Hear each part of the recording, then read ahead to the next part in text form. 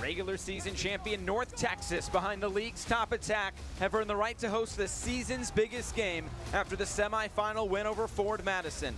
They will now host the league's top defense in Greenville. Will the season end in triumph for the team that notched its 14th shutout in a semifinal win at Lansing? 142 games have led us to tonight's final.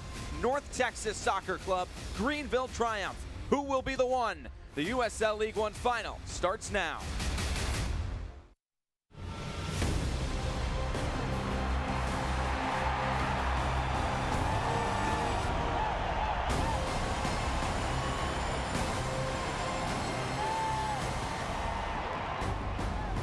It is time to crown a champion in USL League One. Tonight from Toyota Stadium here in Frisco, Texas, it's North Texas Soccer Club and it's Greenville Triumph Soccer Club. It's the USL League One final here on ESPN+. Excited to have you with us here tonight. It's the top seed and the regular season champions North Texas Soccer Club against John Harkes' Greenville Triumph tonight. And they will try to go on the road and win 2 straight games, because as we go back to the semifinals, it was Greenville going on the road through Chris Bermudez getting that 1-0 victory over Lansing Ignite. And on the other side, Ricardo Pepe scoring a brace within about 2 minutes to get that 2-0 win over Ford Madison. So as we welcome you in here tonight, Josh Eastern alongside Devin Kerr, really looking forward to this matchup here tonight. It's the league's best offense and it's the league's best defense. We pretty much had an idea that it was always going to be North Texas SC, right?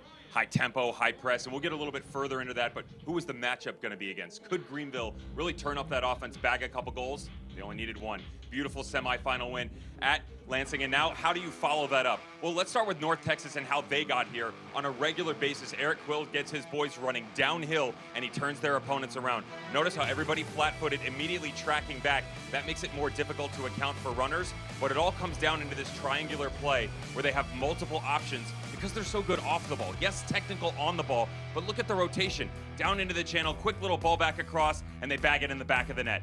So if you're Greenville, how do you counteract this? They've seen it a couple times this year. Let's go back to the 0-0 draw back in July.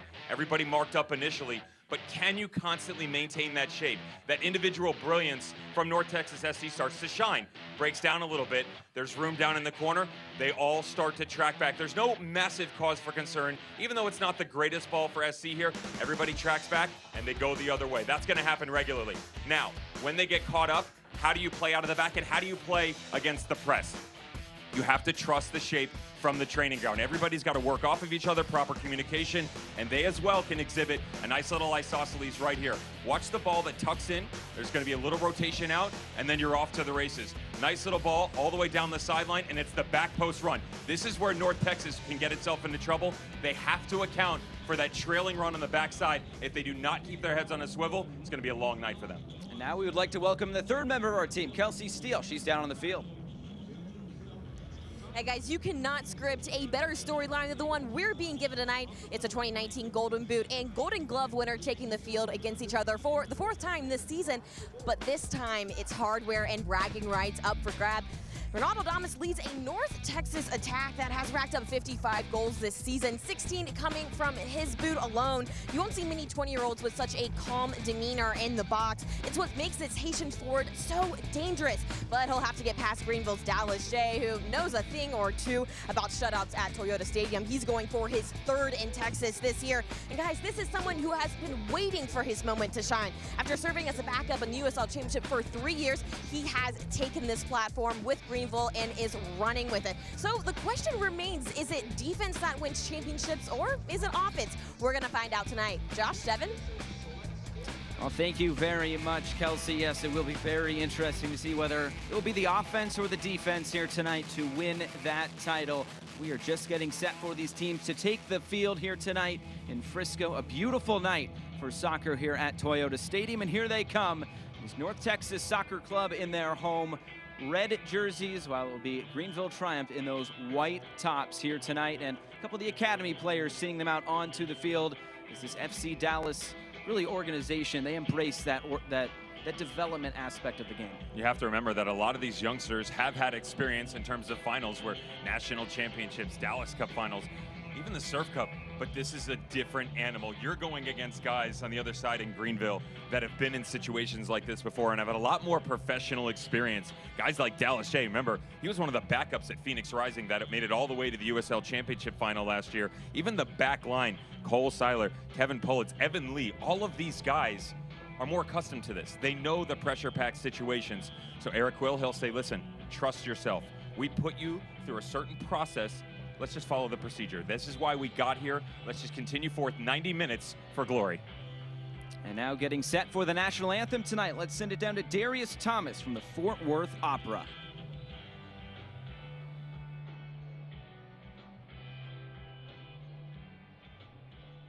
Ladies and gentlemen, please rise and remove your hats as our special guest, tenor Darius Thomas from the Fort Worth Opera, performs the national anthem of the United States.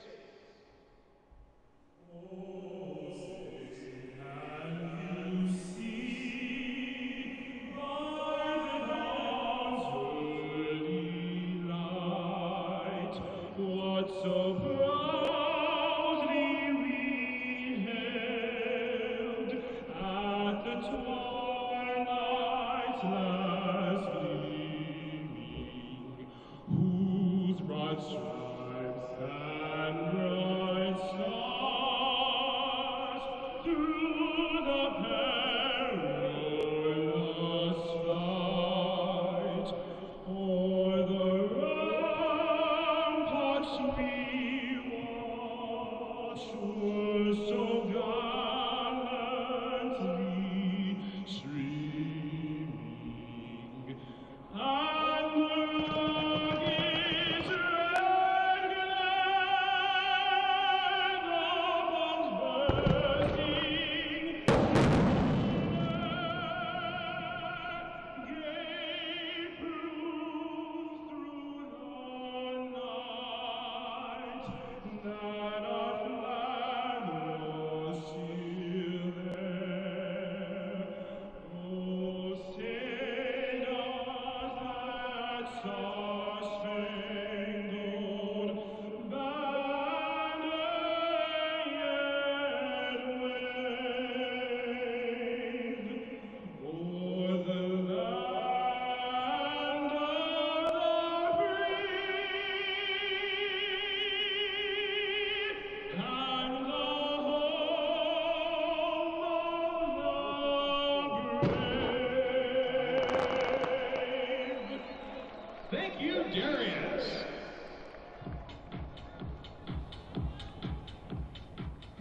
And a great national anthem from Darius Thomas. Building up to first kick here from Frisco, Texas in Toyota Stadium. It's the USL League One final, North Texas Soccer Club and Greenville Triumph. The old offense versus defense. Let's take a look at the lineups. We'll start with Eric Quill's North Texas Soccer Club. Not a massive amount of changes, but what you're going to see here is going to shift into a 4-3-3. You'll get Brian Reynolds at right back position. The big change is going to come at left back. Jonathan Gomez comes in. Kyle Zobek back in goal. One change at a multitude of levels. Alfousseni Jada will sit in that holding midfielder position.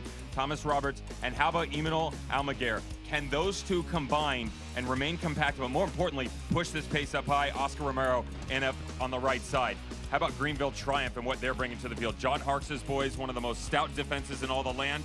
And in the league, Tyler Pollack, Cole Seiler, they highlight the outside back positions. This team will sit deep. They will look to compress themselves and then counter with guys like Carlos Gomez, JJ Donnelly. Don't be surprised if Aaron Walker and Paul Close start to sit deeper. Bermuda's rotating left, Mohamed to the right, and Carlos Gomez shifting into a 10 position to push the pace to JJ Donnelly in that counter up top. So those are the lineups for both sides. Just that one change for Greenville. And we take a look at the Growler House in Greenville, South Carolina. The Reedy River Riot. They are ready to go tonight and hoping to celebrate a USL League One title there in Greenville, South Carolina. As the teams take to the pitch here tonight. Looking forward to this final.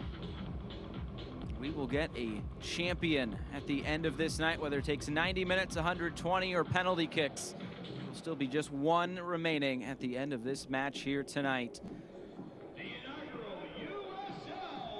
Some final pregame words from both captains.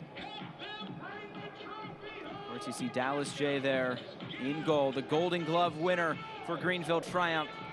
We were able to talk to him this week, and he is really looking forward to this final here tonight. One of the best defenses here in USL League One. And there is Ronaldo Demis on the other side. He will try to break that back line of Greenville Triumph. Of course, the Golden Boot winner for North Texas. We're building up to this final here tonight, and obviously emotions, they could run high. Last time out for North Texas, they said maybe some nerves were coming in early on, but what do you expect to see in the opening minutes? Set the pace early. That's the biggest thing you're going to get in any big final. Who can execute when push comes to shove? That's when you've got a young squad in Eric Quill's boys in North Texas SC, you look to guys like Oscar Romero and Kyle Zobek, and that's kind of a bit contradictory at 23 and 26, but they are the veteran leaders on this team.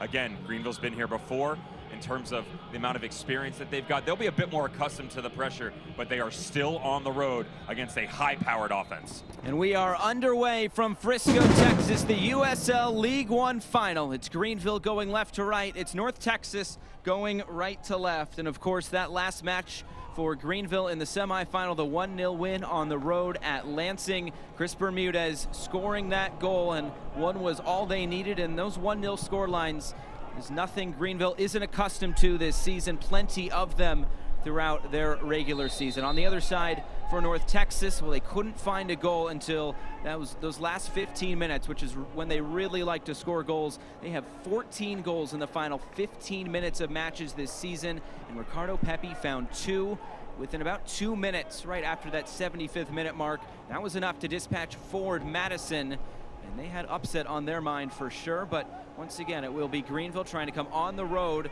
to a place they've been pretty successful. An early opportunity coming for Donnelly, but quickly cleared away. Greenville out on the front foot here early on. Here's Seiler, a right-footed cross towards the back post. It's over the head of Mohammed. This will skip out of play, but a good start here from the roadside. It's exactly what you want, and you and I were talking about this coming into the game, where we fancied both of these squads and how things would pan out. And I said, listen, that's another animal from North Texas SC. Now, Greenville's been able to tame that, and we'll give you a better idea in a little bit, but setting the pace early, if Greenville can go down, create a couple opportunities, and really rattle the youngsters, it's a good start. 90 seconds in, and you have to like that from the roadside. This North Texas Soccer Club, what a season it's been for them. Regular season champions. I guess you could say they're trying to pull the double here in USL League One with the regular season and then the playoffs here tonight. We talked with John Harkes this week, and he said the discipline and the confidence in the approach really set the tone. And as you were talking about, setting the tone in these type of matches, so important really for either side. And here's Thomas Roberts on the ball. He'll be pulling the strings in the midfield. As we mentioned with the lineups, North Texas missing one player at each level from their last match against Forward Madison. Edwin Cerrillo, Jimmy Maurer, John Nelson, they were all up with FC Dallas today in their really tough 4-3 loss in Seattle in the MLS Cup playoffs. But here's an early foul. A look at Oscar Romero, who commits the foul. An early free kick here for Greenville in the attacking half.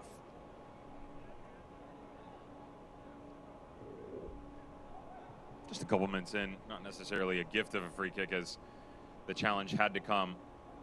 And you just wonder if get back to it, quick little restart and put the ball back on the deck. But the amount that they're allowing them to progress here, Pollock taking all of the space he's going to. Push some numbers up top. Notice they haven't necessarily rotated all of the big bodies up. Are they going to allow Evan Lee to get involved in this and whip one in? Now they'll set their shape. Carlos Gomez coming over in support, and now we get back to it. And that's the better look here. You're too far from goal. You don't want to risk a counter this early on. We showcased how good they were with the ball at their feet and their ability to break this press down. Just stick to it. Evans was there to clear it away. Looking for Bermudez, who has scored some really big goals this season for Greenville. He scored that goal against Tucson to clinch the playoff berth for Greenville Triumph. That was back at the end of September, basically a walk-off goal, if you will, there for Greenville Triumph. And of course, scoring that goal last week.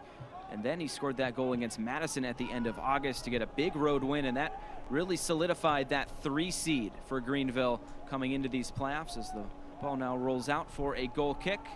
And in goal tonight, Kyle Zobek, the Coralville, Iowa native.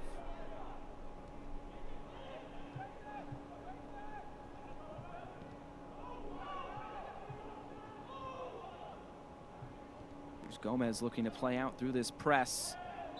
Arturo Rodriguez gets a slight shove in the back there by Cole Seiler, and there's a look at John Harkes. When we talked to him this week, he said winning one of these would rank pretty high on his list of accomplishments, which is pretty deep.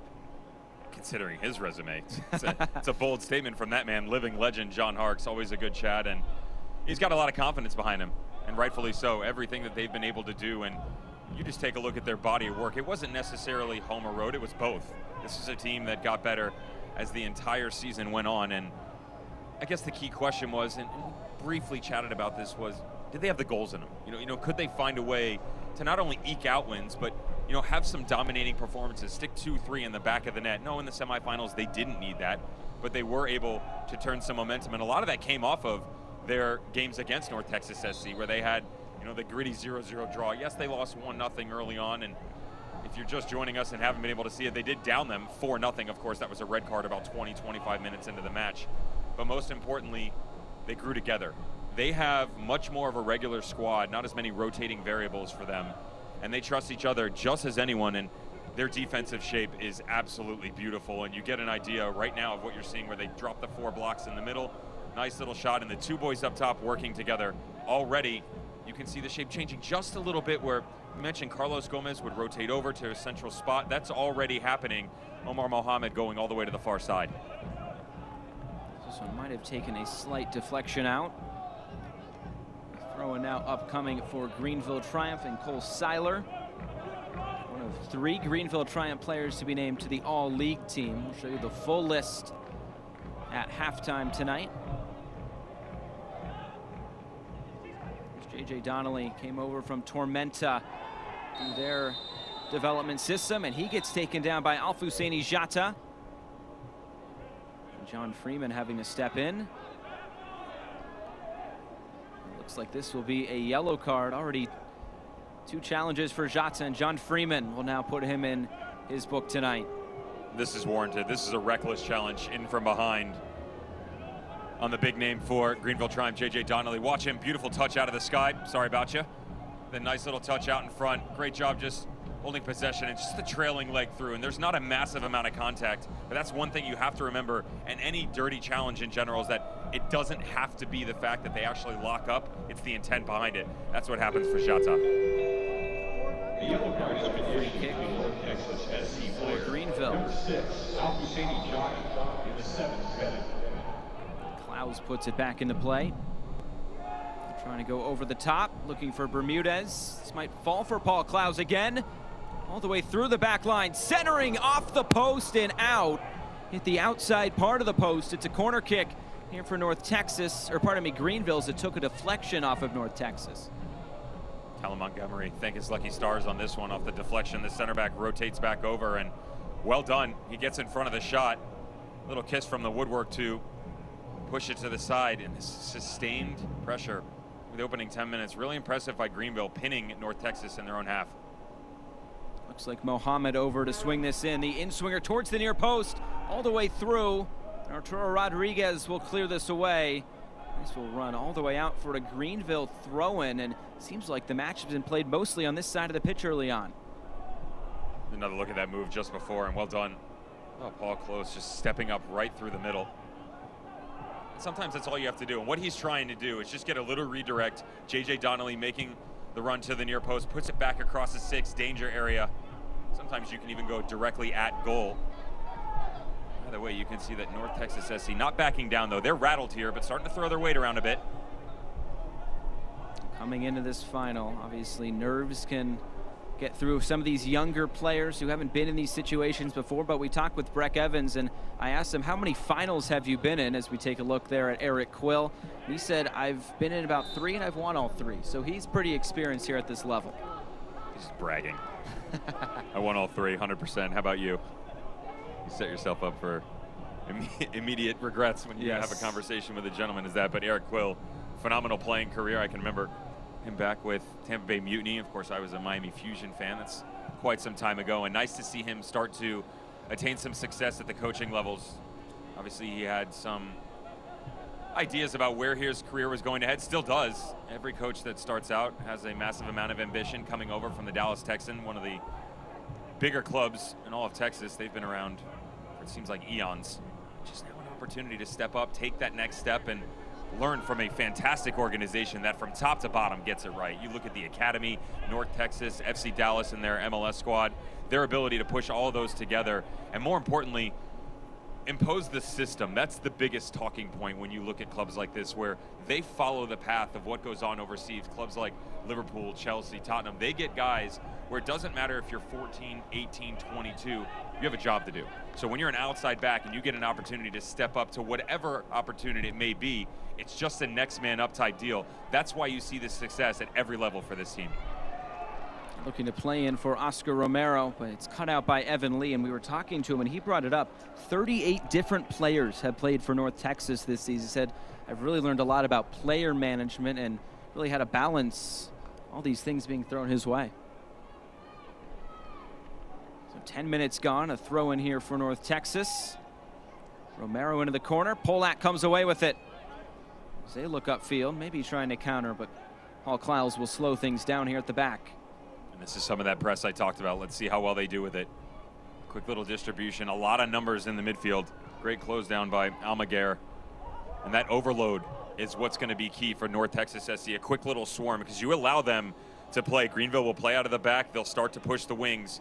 You can already see that's their game plan, where they want to look to Christopher Bermudez and Omar Mohamed on the far side. Obviously, Carlos Gomez is a key playmaker. But when you apply that pressure, you can't then give them multiple windows. It's one look, and then everybody steps in. Dallas J looking to distribute, and well done there from the Golden Glove winner here in USL League One, as Kelsey mentioned before the match.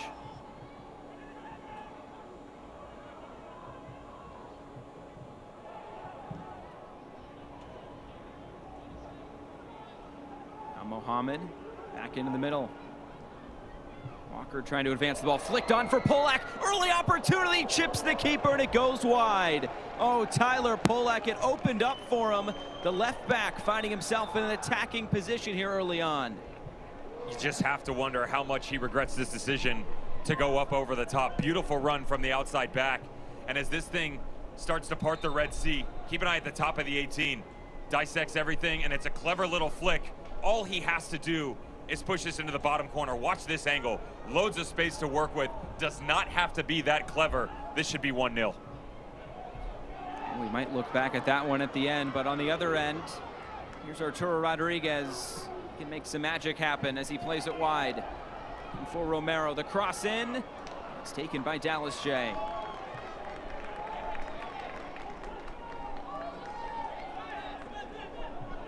Greenville triumph. They have had a few opportunities here early on. They hit the post on a deflected shot a few minutes ago. And then it was Tyler Polak finding himself in a very good position. Couldn't quite put the finishing touches on it.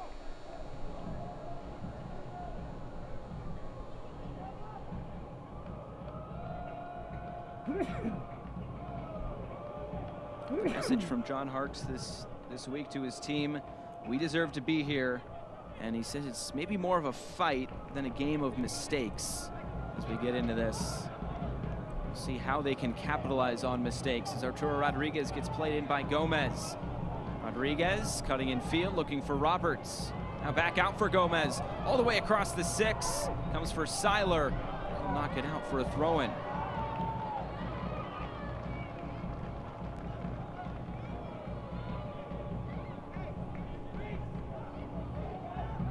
As Gomez puts it quickly back into play for Callum Montgomery. Center back tandem, Breck Evans and Montgomery really played well together down the stretch of the season.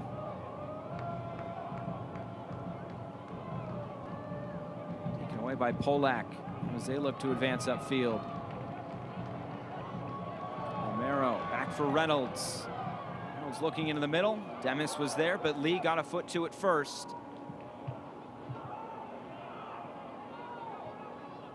And once again, all the way back for Breck Evans.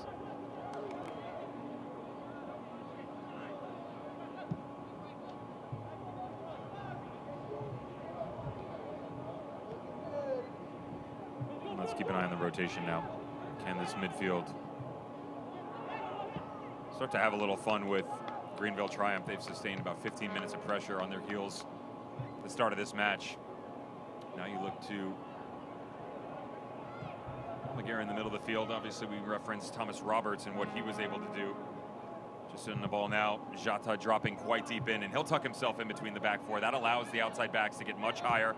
Jonathan Gomez and Brian Reynolds like to get involved in the attack, and that's what Eric Kuhl wants. He wants to overload the numbers going forward, but on turnovers like this, you have to be careful. Got to track numbers back. Here's Mohammed cutting in field, laying it off for Bermudez, going for goal. A great save from Zobek to push it aside. Another opportunity coming for Greenville in the opening quarter of an hour.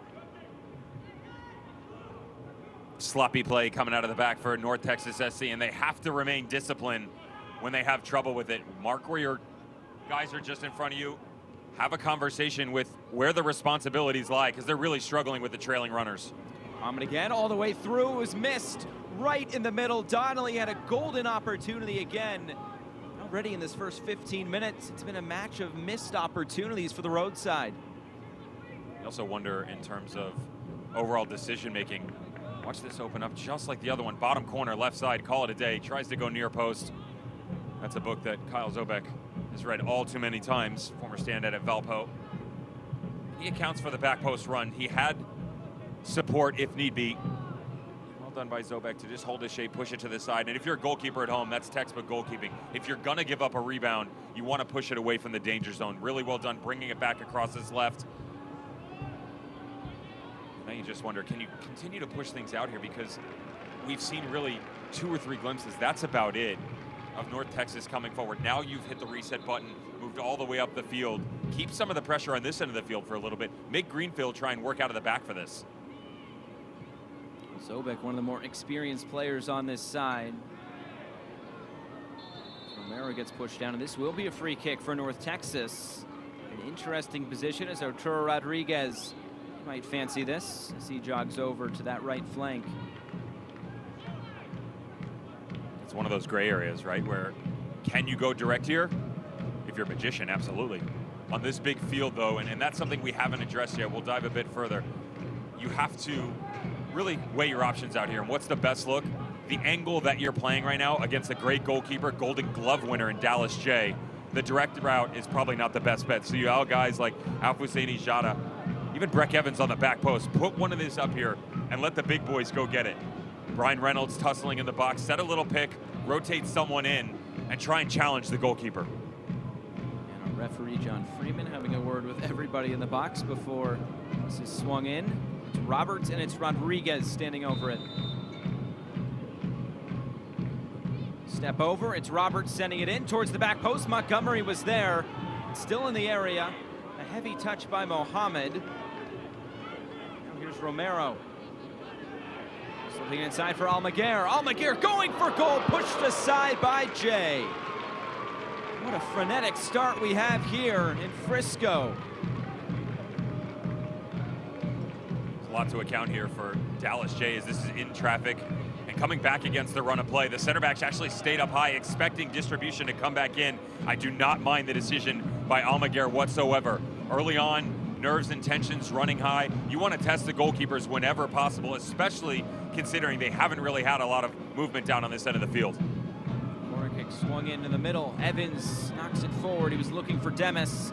Now Mohammed will relieve some pressure here as Gomez tracks it down, and now Zobek. You really couldn't ask for much more in this opening 18 minutes of a final. Both sides really going after it here early on.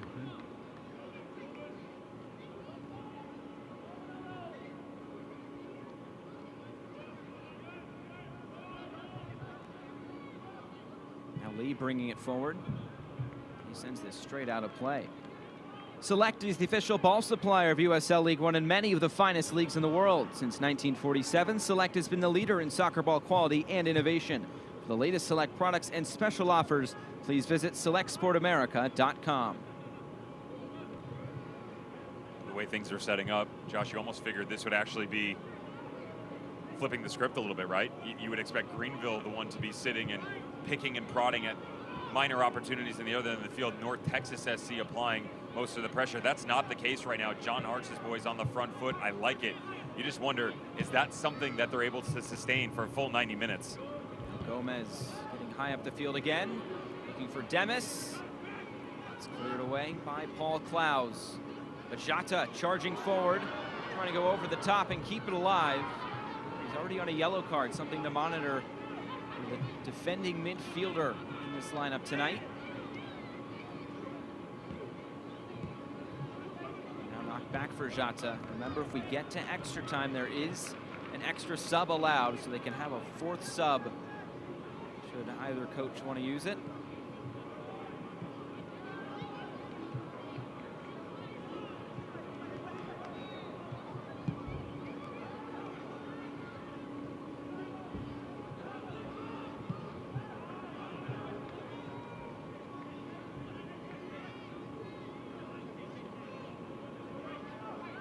Roberts.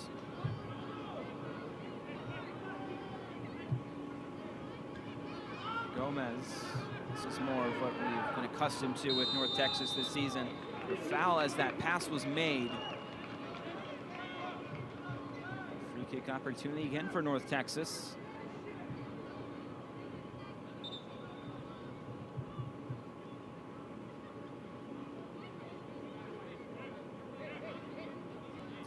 Foul there, away from the ball. Just a little love tap, right? Make friends early on in the match. Whatever we got to do. It's easier for some of us than others, you know? Involves a little bit of physicality. I'm okay with it. Now Mohammed charging through the middle. Roberts comes over, a heavy challenge, but John Freeman was right on top of it. He deems it clean and play continues.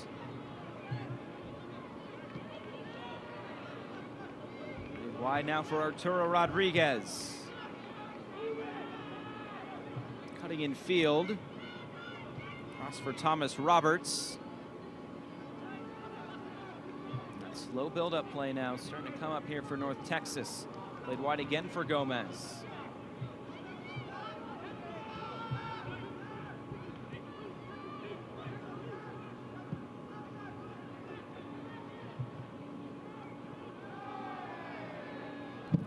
Some contact.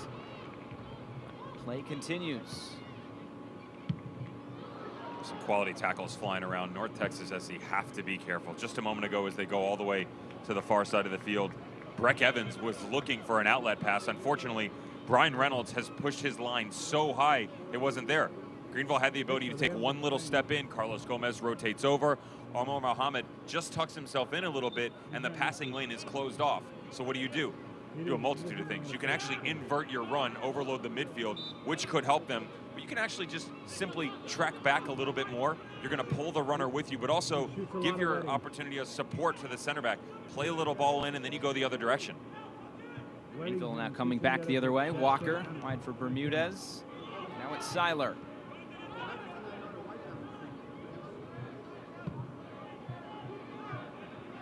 Bullets now for Lee. This back line has been the strong suit of this side, and Dallas J said he thought we had a good back line from day one. They were shutting out teams in the preseason and early on in the season as well. They find themselves here tonight battling for a title.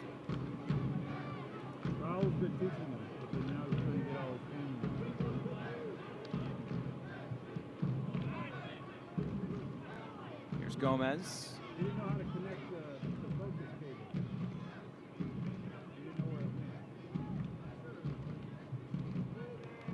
Now Romero.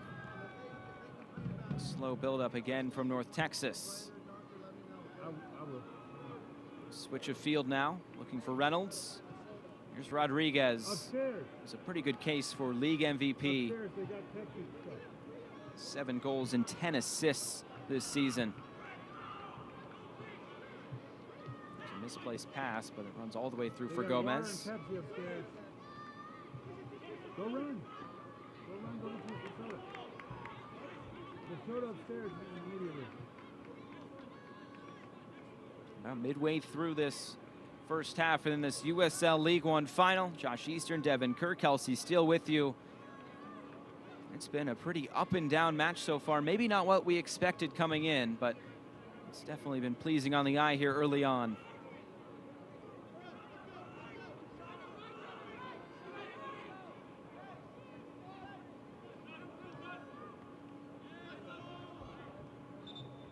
Josh, you brought up the back line and how they felt like Greenville had a good one immediately. My eyes are immediately drawn to numbers. Now, I like stats, but I don't always trust them, but this is one that really stands out. Dallas J, obviously a great goalkeeper, but let's look at the front four, specifically in the starting 11 tonight, rotating left to right. You have 16 years of professional experience standing in front of Dallas J. Conversely, all of the boys on the back line for North Texas, 4, and that's this year, not even a full year under their belts. And that's what I talked about, guys that are a bit more familiar with their surroundings in terms of big games. These guys have played high at the collegiate level and they've moved on to the professional ranks. Maybe not necessarily a final, but they played in the big arenas and their coaches have pumped them up for this before. You're seeing that in the opening 25 minutes. On this Greenville side, they have to have a good mentality coming into this match, of course, going on the road last week, but in this stadium, they have not given up a goal to North Texas, and it's almost unheard of here in USL League One.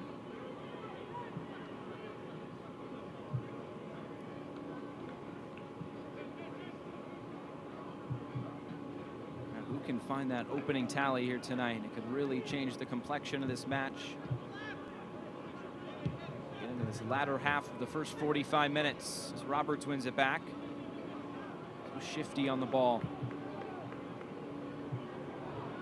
For Reynolds, and this bounces out of play.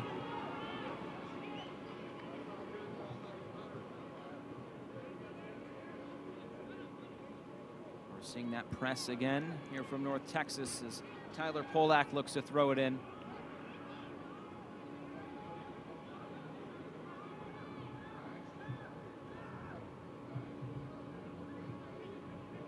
Trying to find the flick there from Carlos Gomez.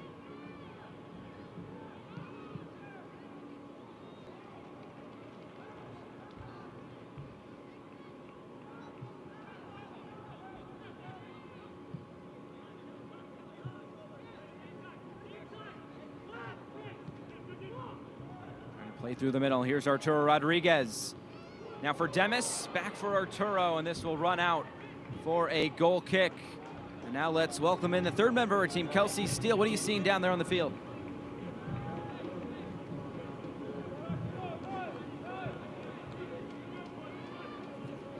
Kind of started to settle into their offense here, and this is what they want. The faster they move, it's easier for them to get the matchups that they want. You're going to see them start to drive at Greenville, use those combinations, and really play in the windows. It was interesting talking with Eric Quill earlier. He was talking about a three-pointer shooter analogy, going basketball here, talking about, you know, when these shooters go cold, they keep shooting. It's not the big deal. So with these guys, he wants them to keep going and use the middle, use the 9. Right now, they're not working in there enough, and if they really want to execute and find those windows, they've got to use Damas more, and they've got to find the 9 more.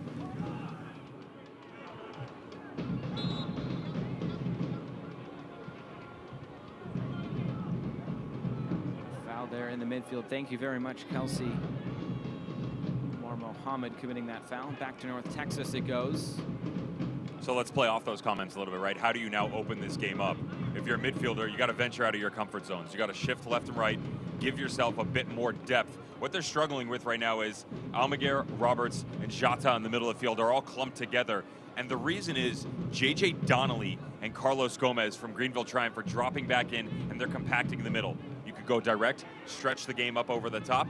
More importantly, let's use the wings a bit more here. Let's rotate the ball outside, make these guys chase a little bit, and then drop in underneath. Free kick here for North Texas, taken towards that back post area. Headed back into the middle, and Greenville will look to clear it away. Almaguer now finds Gomez. It's deflected out of play.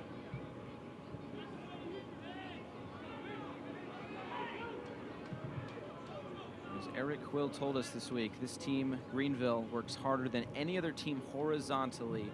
As Kelsey mentioned, playing through lines will be so important for this North Texas side as they try to build forward. So far, it's been pretty difficult for them to do so.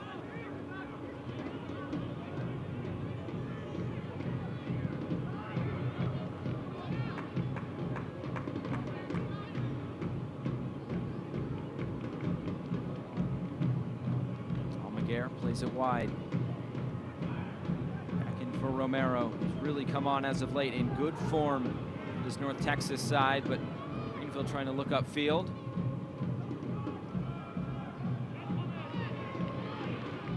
Roberts flip it forward, and it's also what Eric Quill was talking about. Winning those second balls will be so important against this side, especially in those situations when Donnelly holds play up.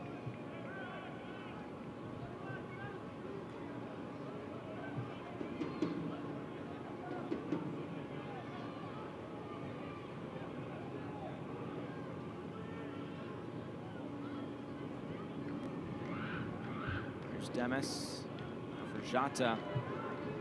See if Demis can get going a bit tonight. He missed some time through the end of the season due to a couple knocks he picked up, but he started last week and obviously back in the lineup here tonight. We know what he can do with his 16 goals this season. Josh, just look at the rate of play right now where, yes, it broke down on the far side, but when you try to recycle this thing, it's got to be quicker. Quick head up, Breck Evans, first time ball in to Callum Montgomery, and then you go the other direction. Instead, it's 2, 3, 4 touches. And what you're doing there is allowing Greenville to reset their defensive shape. Get a good look. All the white shirts behind the ball. Even if it gets through, it's a 2v1 or 3v1 situation. This is not a good look for North Texas right now. And as we've talked with Eric Quill this season, as a heavy challenge comes in there, Ronaldo Demis taking out Cole Seiler. So just a talking to between Freeman and Demis. As we talked with Eric Quill this year, he said that we're at our best when we're playing 1-2 touch football. And as you are saying, it doesn't seem like that is happening right now. But last week against Madison, they were able to kind of flip the script come the second half. So you wonder if it'll be a similar storyline to what played out last week against Madison right here on this pitch.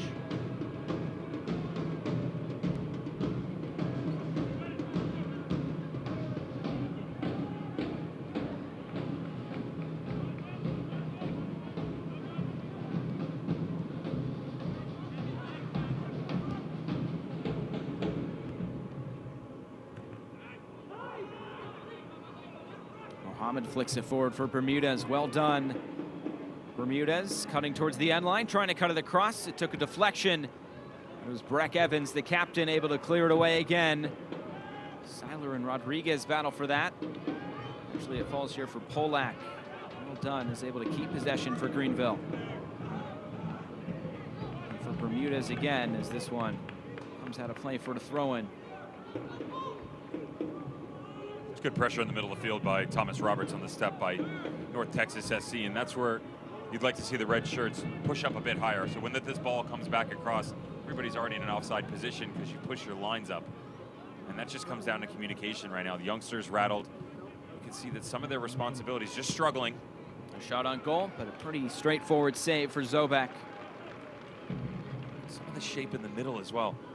It's not just Jata sitting deep in this 4-3-3. They're actually pivoting right now where you're getting Almaguer dropping back. Roberts is pretty much playing the highest line. So they're squaring up.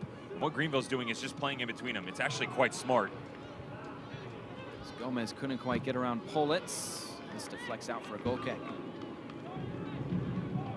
If you're North Texas, you just have to figure out, okay, when are we going to drop and when are we going to push? Because you're getting individual efforts. When they knock this ball out and they're pushing it 40, 50 yards from goal, almost a half field, Greenville has already moved their line already inside the opposing's half. So how do you come back off that?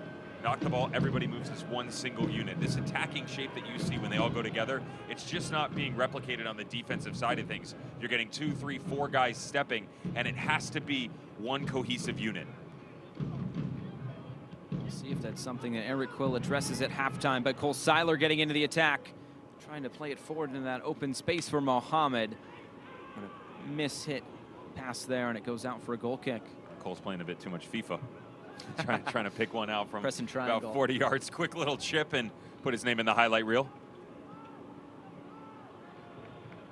Deflected out for another throw, and this will come for Greenville.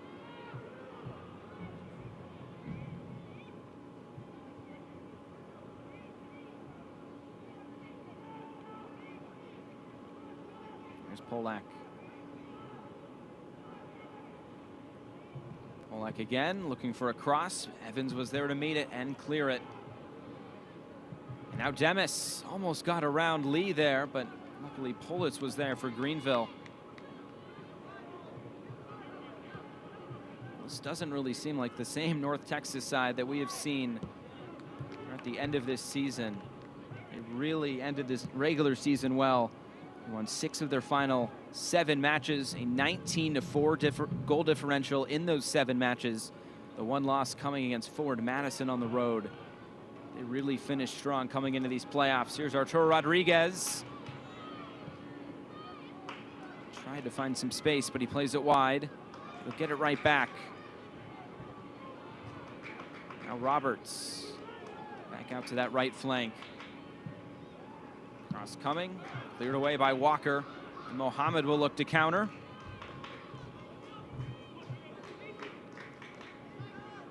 Gomez was there in position to halt that counterattack.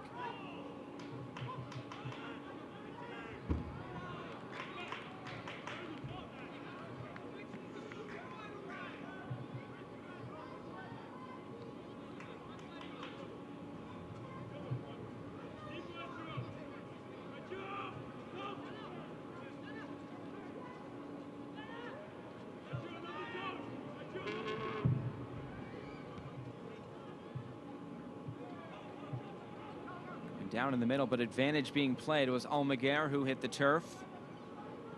North Texas will look to turn up field here. 10 minutes to go, plus stoppage time until we get to halftime. Knocked forward, took a deflection off of Reynolds, who continued his run from his right back position. Polak gets taken down, and it will be a free kick going back to Greenville.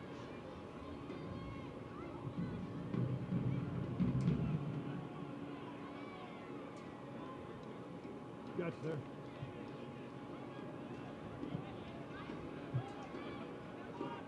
Just a quick little foul on the far side, trying to play out, sustained pressure.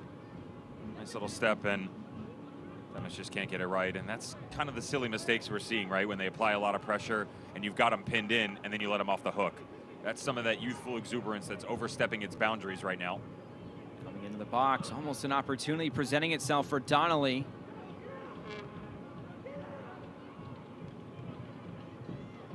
Donnelly has really had to take on a bigger role along with the rest of this attack. See, without Jake Keegan, who is out for the season, missed about the final month or so, and they have really had to replace his goal-scoring efforts. He finished the season with 9 goals and an assist, and we talked with Carlos Gomez, and he said we lost a magic player in Jake Keegan, but it's really been Carlos Gomez who has stepped up. 5 goals in 6 matches in the month of September. It's really sparked this attack, along with Bermudez, who scored some big goals for Greenville down the stretch.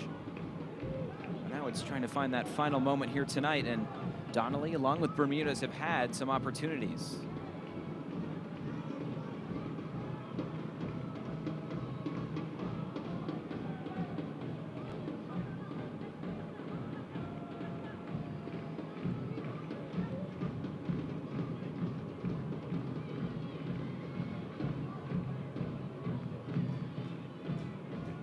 Starting to see a bit of frustration. It's a good look too, but Thomas Roberts needs more of the ball at his feet. He's a dynamic playmaker who's just not getting it enough. Jata continuing to drop back in, and that's a cause for concern if you're Eric Quillwill. Now you're pulling your midfielders even closer. That's fine. The build-up's just going to take a bit longer, and there's nothing wrong with that. But that message has to be communicated to everybody on the squad. So if Roberts drops back in, bring Almaguer with him. Now you've created a triangle a bit closer to home, and you can pick and prod your chances in the middle of the field. That makes Greenville step with you as well. It's almost baiting them, where if you come a bit deeper in your own half, they now have to step with you. So what happens? You open up space in behind. You allow guys like Rodriguez and Romero up top to start to extend this game while still keeping your technical players on the ball. And Eric Quill, along with Breck Evans, telling us this week, patience is going to be very important for this North Texas side and trying to break down this really back 6. You can even call it those 2 banks of 4 at times for Greenville. So organized there at the back.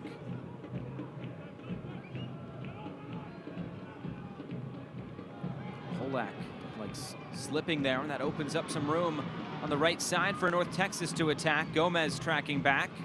Reynolds on the ball. Reynolds all the way in for Dallas J. Pretty straightforward save in the end. The Greenville goalkeeper. It's a better look, but we're still seeing the miscommunication when they push forward. They're sustaining so much pressure that when they do get a little bit of reprieve, they're getting it wrong. Demis was actually checking to the near post, and they're trying to whip the ball all the way back across the 6. That's a conversation Eric Quill will have at halftime, where you just have to stay mentally focused. You don't have the luxury of turning the switch on and off. You got to stay in tune for the entire 90 minutes. They are starting to grow into this game. Notice the possession starting to creep their way a bit more, but it's purposeful. It's not this side-to-side lollygagging we saw the opening 25, 30 minutes. Let's see if either side will have a say here before halftime. Just 5 minutes to go. Captain play by Romero, at least for the moment, as this deflects out.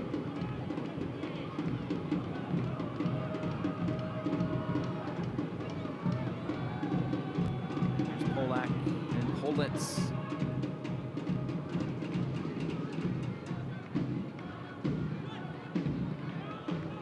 Seiler charging down this right flank again. Looking for the flick from Donnelly, but instead it goes all the way back for Zobek.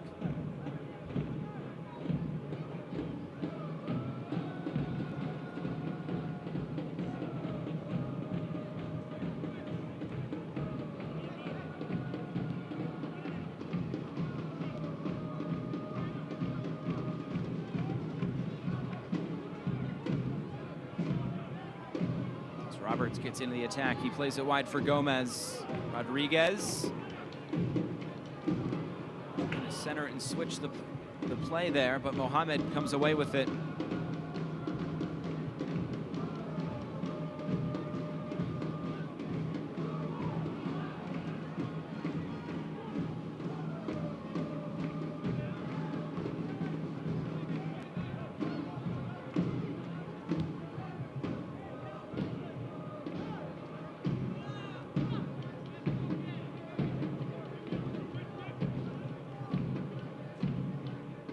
Halftime here, this USL League One final. Nothing to split the two sides as of yet, but you'd have to say that Greenville have had the better of the opportunities here early on. Evans has to cover this and send it back for Zobek in goal.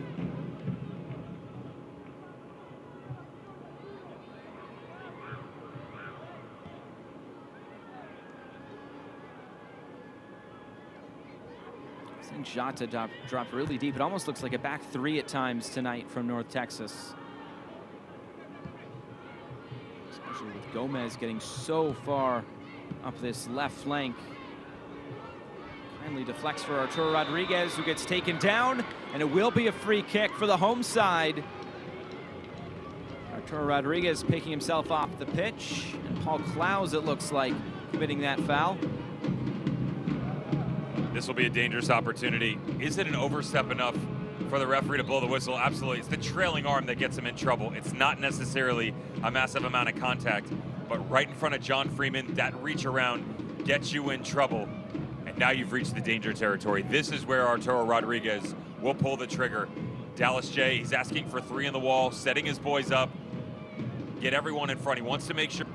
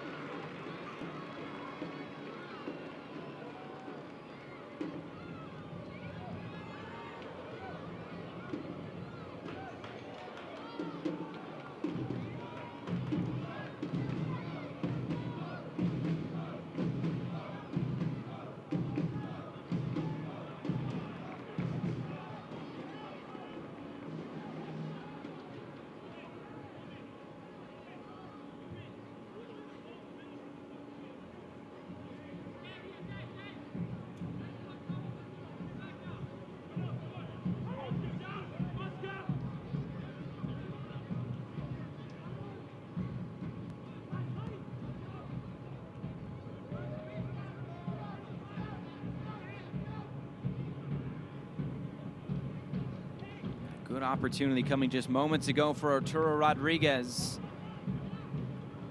Now Jata looks to play wide for Reynolds. Some space opening up with Greenville getting back. Still Reynolds. Tries to play it back for Arturo Rodriguez. Mohammed comes away with it. Spent some time with the Somalia national team in World Cup qualifiers back in September. On back here by Gomez. Jata winning that ball back for North Texas while he was on his back.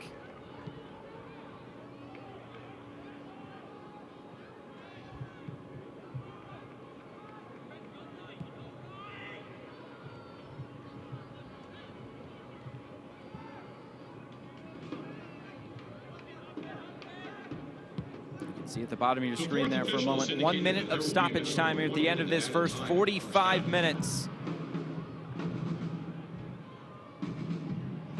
Rodriguez trying to flick it forward for Almaguer. Polak there to cover it. And you'd think John Hart's side has to be pretty pleased at how this first 45 minutes has played out.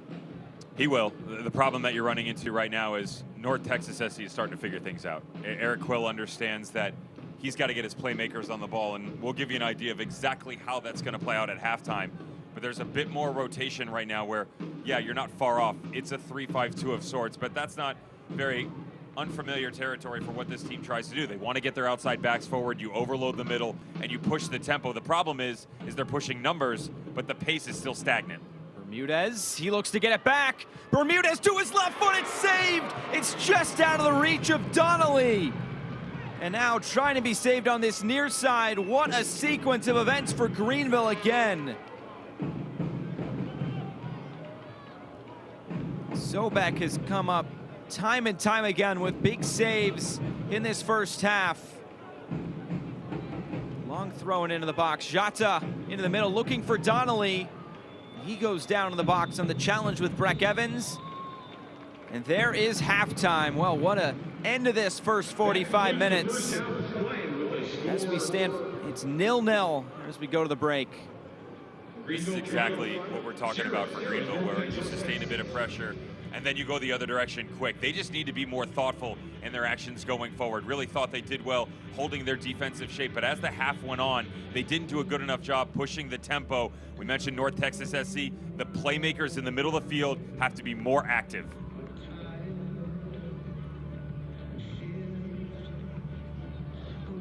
We are at the break here. And no score between these two sides. We'll see what changes are made here at halftime. And now Eric Quill is standing by with Kelsey.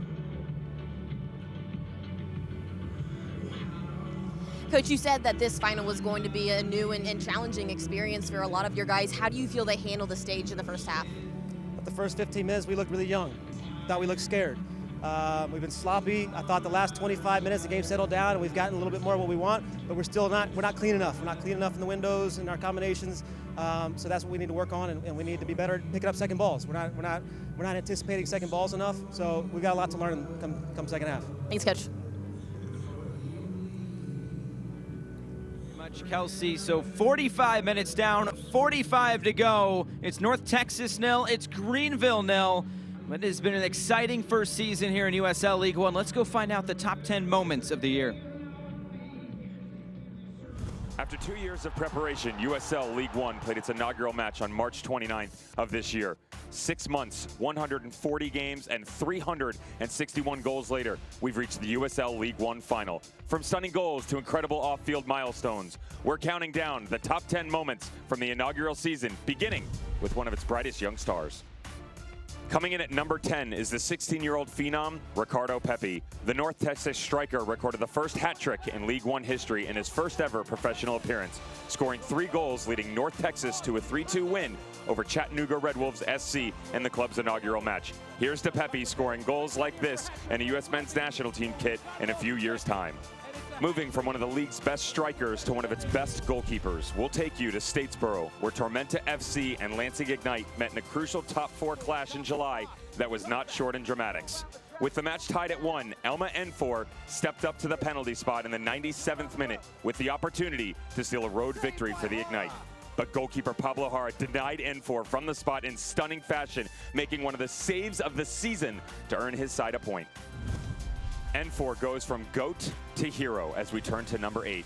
The Lansing Ignite striker scored the league's first ever SportsCenter top 10 play early in the first half of a wild 5-goal match between the Ignite and Forward Madison FC. N4 connected with a stunning bicycle kick in the 17th minute, scoring one of the goals of the season. Count on seeing this one in the Fans' Choice Goal of the Season poll at the end of the year. Moving up to number 7, few things can top the excitement of playoff soccer. But 2 of our clubs dialed up the drama just to clinch their places in the Final Four. First, we'll head to Tucson, where Greenville surrendered a 2-goal lead in the second half and looked to have squandered their chance of clinching a playoff place in Week 27. With the match tied at 2 and FC Tucson needing a win to keep its playoffs hopes alive, head coach Darren Sawatsky threw everyone forward for a free kick, including goalkeeper Carlos Marancio, only to see Chris Bermudez run 70 yards and tuck the ball into Tucson's empty net to clinch a playoff spot for Greenville. It may only be year 1, but I'm not sure if we'll see too many more empty net, playoff clinching, injury time goals in League One. Now, we'll head to Lansing, where Madison's playoff fate came down to the final day of the regular season as the Flamingos traveled to Michigan, needing to put an end to the Ignite's 12-game unbeaten streak to earn a playoff place. J.C. Banks ensured we would have a poetic ending to our first regular season as the Wisconsin native scored the goal to clinch a playoff spot for the Wisconsin club in front of over 100 traveling fans. It feels like this one was written in the flocking stars. From playoff drama to regular season dominance, coming in at number 6 is North Texas SC's regular season title-winning campaign. Eric Quill's squad was dominant from the outset and finished top of the League One standings by 10 points. Paced by Golden Boot winner Ronaldo Damas and assist champion Arturo Rodriguez, North Texas danced their way to a 17-6-5 record, losing just once at Toyota Stadium in 14 regular season matches. Hats off to you, North Texas. What an accomplishment in year 1. The regular season title winners will have 3 new competitors to challenge their crown next season, which brings us to number 5. We welcome 3 new clubs to League One in 2019, launching expansion sides in Miami, New England, and Omaha. Following the initial team announcement in May, Union Omaha SC caught the attention of the soccer world when it revealed its name and crest in October. The crest features a great horned owl, setting the stage for the Battle of the Birds next season between Union Omaha, Forward Madison FC, and Tormenta FC. Keep your eyes on this one in 2020 and choose your bird wisely. Moving on to number 4. Although our teams battle each other week in and week out on the field, the League One community came together to rally around Lucas Coutinho after the Tormenta FC midfielder suffered a head injury in a match in August. From the Assembly Line supporters group to FC Tucson, from Brazilian World Cup winner Rafinha to former Arsenal star Santi Cazorla, people from all over the footballing world offered messages of support for Coutinho as he recovered surrounded by his Tormenta family. In the club's first match following the injury, Coutinho's teammates wore warm-ups donning the message, "Love for Lucas," and dedicated the 1-1 draw to their brother-in-arms. Staying in Statesboro for number 3, 2 League One clubs broke ground on soccer-specific stadiums in their communities in 2019, marking huge milestones for the league in year 1. Tormenta FC and Chattanooga Red Wolves FC began working on their new homes earlier this year, setting both clubs up for big things to come in the near future. Moving on to another major off-field moment for number 2. In August of 2019, the USL extended its partnership with ESPN through the 2022 season, allowing us to bring more incredible plays like Jara's save, N4's bicycle kick, and Pepe's hat trick to fans across the country for the next 3 years. And finally, coming in at number 1, it has to be our inaugural match between Tormenta FC and Greenville Triumph SC on March 29th. The league announced itself in emphatic fashion, with Tormenta earning a dramatic 1-0 win over Greenville in front of a sellout crowd in Statesboro. Alex Morel scored the first goal in league history in the 72nd minute to lift his side to victory. Morel's goal made for a fitting end to League One's first chapter, with its flagship club taking victory in the inaugural match. And that'll do it for the top moments from the 2019 USL League One season. It was a fantastic opening campaign marked with incredible moments both on and off the field. We are looking forward to crowning the league's first champion and creating many more memories in 2020.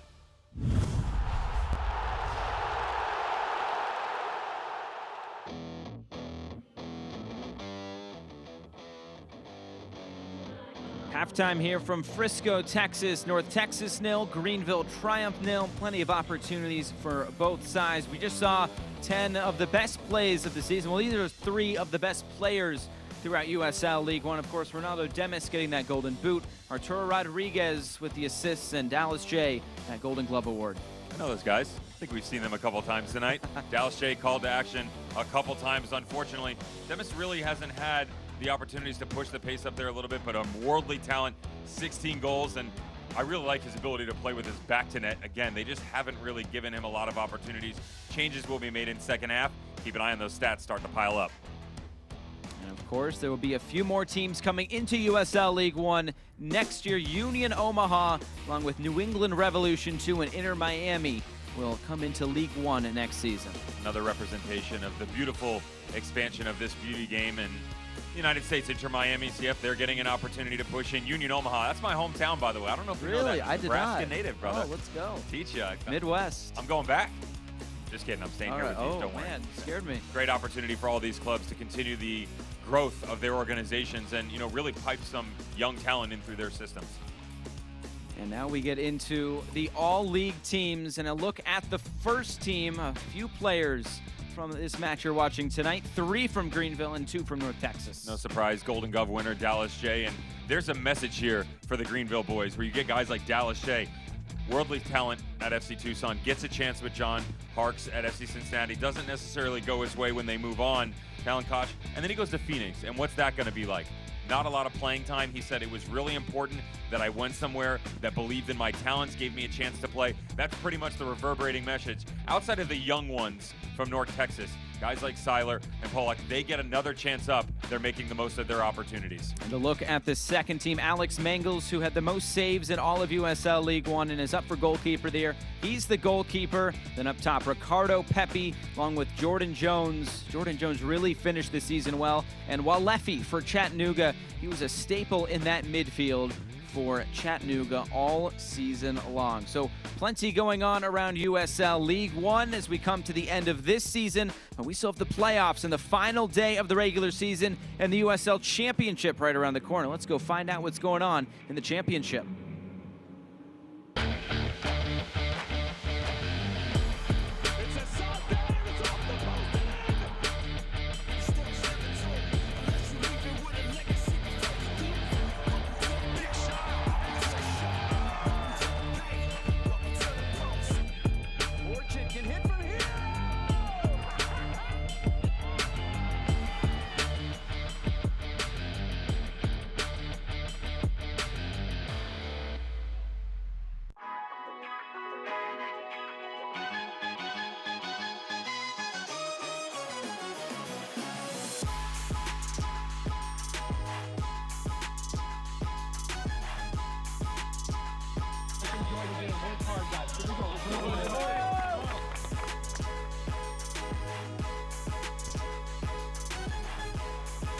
What this club is trying to do is offer a real sense of community.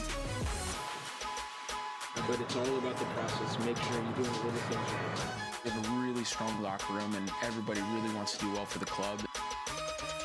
Good afternoon, faithful. This is a big day. This is a big deal for us. This is a win for the community.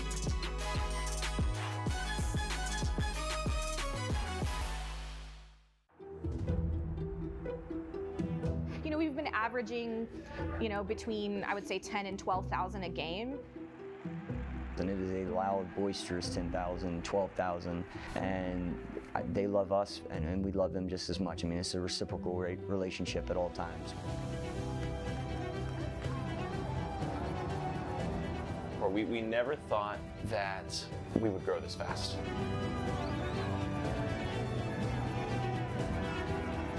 I have to pinch myself because, it sometimes seems too good to be true, but it's not. It's been pretty unbelievable, and it's been done better than I ever could have dreamt of, to be honest.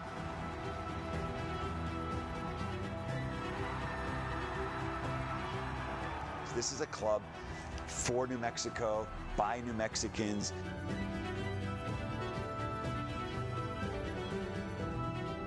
And I don't think that we're done yet. It's just getting started.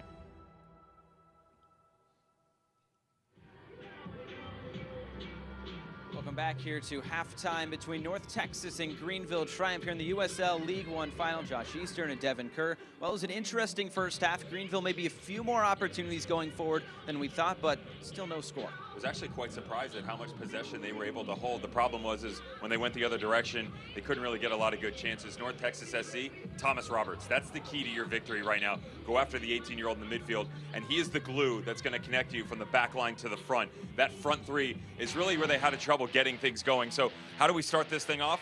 I'll give you a hint. It wasn't the home squad. It's Greenville Triumph. This is an outside run from Tyler Pollock, the left back, coming back in. And watch him just try and slip this away. This is where you can't let your emotions get the best of you. Cup final, bit too much going in your way. The ambition was the good idea. The problem was the execution was lacking. Be smart, simple. Tuck this away, make it 1-0. Let's continue to apply pressure. Instead, this comes the other direction. It's a quality challenge by Callum Montgomery on the back end, but it's their ability to keep the big bodies up. Watch as this recycles itself all the way back around. They hold good shape. Quick little look up far post. Golden Glove winner. Enter Dallas Shea. Beautiful save on the back post. And he was called to arms, 2-3 times. Thought he did a really good job of answering those questions that were asked of him. Most of them from distance. We'll show you the beautiful free kick in a minute. Now, let's go back the other direction. And it's on a counterattack. The problem is they didn't get it. They couldn't push numbers forward. So then they come back again. Now you get a chance for North Texas. We knew that it was going to be Arturo Rodriguez. Beautiful strike from distance. You get a little help here from Dallas J, but he'll take it any way he can get it. And a look at the first half stats as well. North Texas with more of the possession as we thought would happen. But the shots, they're pretty even both ways. And as we get into this second half, this is really anybody's game. It's going to heat up. And keep an eye on Greenville Triumph specifically because they were able to hold serve. But as this game evolves, they always say the first half is for the players, the second half is for the managers. Eric Quill, John Harks, they know that there's an onslaught of chances coming their way. The question is how are you going to handle it? Can you maintain that defensive pressure if you're Greenville and then go the other direction? They showed at the tail end of the first half, no. North Texas SC starting to grow, but again, they got to get their playmakers on the ball. Plenty of weapons on both sides that either manager could go to here in this second half. Richard Donso back in the lineup. He's on the bench tonight for North Texas, a bright young star for North Texas Soccer Club. On the other side, Cameron Saul, he didn't get the start tonight, so he could be an integral part of this second half should he see the field as we move on here tonight.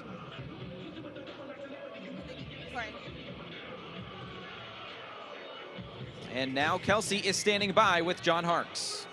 Coach, your side came out really strong to start the first half, and he created a few really big chances. What do you guys need to do the next 45 minutes to raise that trophy? I think it's just finding a balance, a little bit of when to keep the ball, when to draw them out, and see if we can interpret a little bit more space through the midfield. I think we've had some success, getting the ball wide early and allowing our players to run at them and backpedal. And then we just got to execute. We were unlucky not to finish our chances, but I'm proud of the guys. They've done well. We got to make sure we keep that discipline second half because they're a good team. Appreciate it, Coach. Good. Josh, Devin, back to you guys. Well, thank you very much, Kelsey.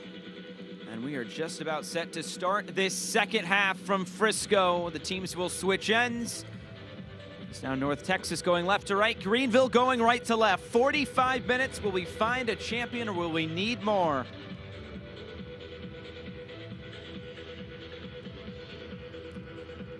Demis stands over it. John Freeman blows his whistle. Underway here in the second half of this USL League One final. No score to split the sides in the first half.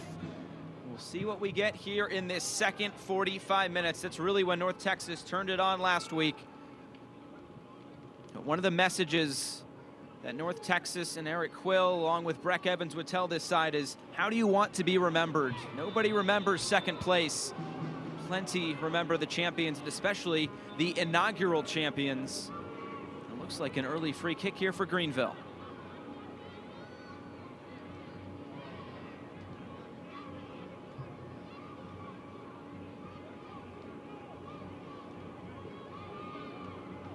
North Texas trying to turn this attack on. The 3 first half shots are tied for the fewest they've had in a home game this season. The other time was last week against Madison. Had at least 4 in every home game of the regular season. So a very potent attack, but if there's one defense that knows how to stop that attack, it's this Greenville side. Well, just remember, though, that although it was a slow start, how'd that game finish out? They won 2-0. So just remember, this is a sleeping dragon you don't always want to poke, and they can lay dormant for quite some time, but the moment you give them one little look, they're off and running. This is one of those chances. Greenville, go and pose your will early on in the first half. Played short, and it's a giveaway. Here's Ronaldo Demis looking upfield. Beautifully timed tackle. Now it's back the other way for Greenville. Donnelly poked away by Breck Evans. And that was eerily similar, as I mentioned, to what we saw in the first half. They come out early, and now you're trying to do the same thing in the second. Really admired John Hark's ability to go after this team, because it would be a lot simpler to sit back as deep as possible and then try and counteract it. Opening 20, 25 minutes, that wasn't the case. They were the aggressors, constantly pushing the tempo and really challenging this young back line. Now a throw in for Polak. This near side now for Greenville, going right to left.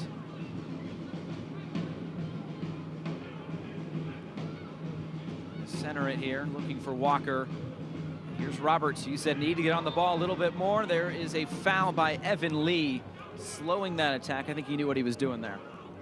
Shocked it doesn't end up in the book on this one. And we've given you a glimpse into all the experience. This is the same thing coming out of Evan Lee, fourth-year pro, Ohio Wesleyan, battling Bishop boy, that just understood there was a counterattack about to happen. Little professional foul. And allow his boys to get set behind the ball.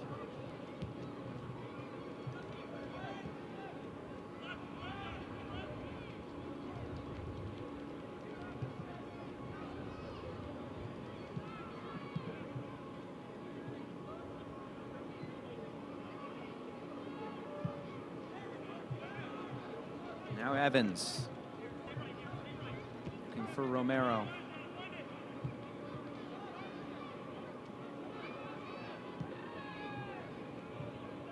Going back to that game against Madison, Eric Quill said in the second half they were more of themselves and they moved the ball faster.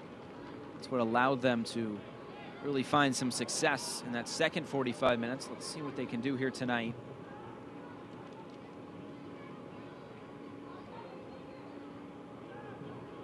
That's got to be the biggest key right now. It isn't necessarily the fact that they're getting outplayed. It's their lack of decision making, especially in terms of rapidity. Just speed this game up a little bit. And that doesn't mean that you have to go Mach 1 with your hair on fire, pushing the ball all the way down the field. But your ability to just dictate your own terms. One-touch play, two-touch play. Stay away from that. All you want is a single touch and then you move on. If you have to hold up your decision making every now and then, that's okay. The problem is in the first half, opening 45, what they did, touch, touch, touch, then play. They weren't looking at their surroundings saying, okay, if we shift here, I can immediately play a ball over there. They were reacting, and that's not a good look.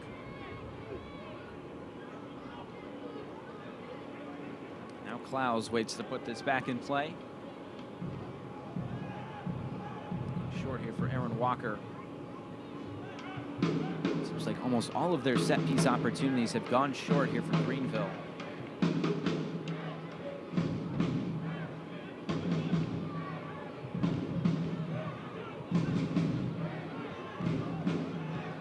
Evans through the middle.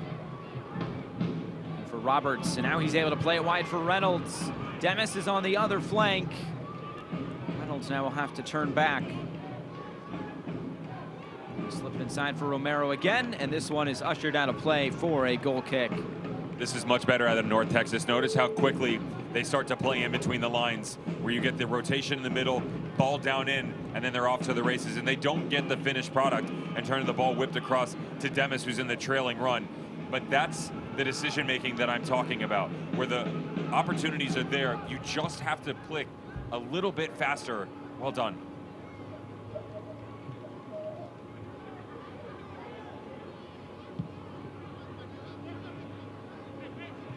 Now Reynolds, and you take a look at those second half goals. My goodness, almost double the amount for North Texas. That includes postseason goals, although both teams did score goals in the second half in their respective semifinal matches.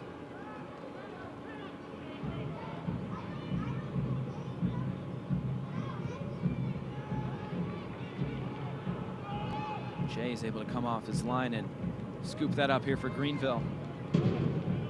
Fans, you can continue to enjoy the USL on ESPN through the 2022 season. The USL is excited to announce the championship in League One will remain with the leader in sports for 3 more years.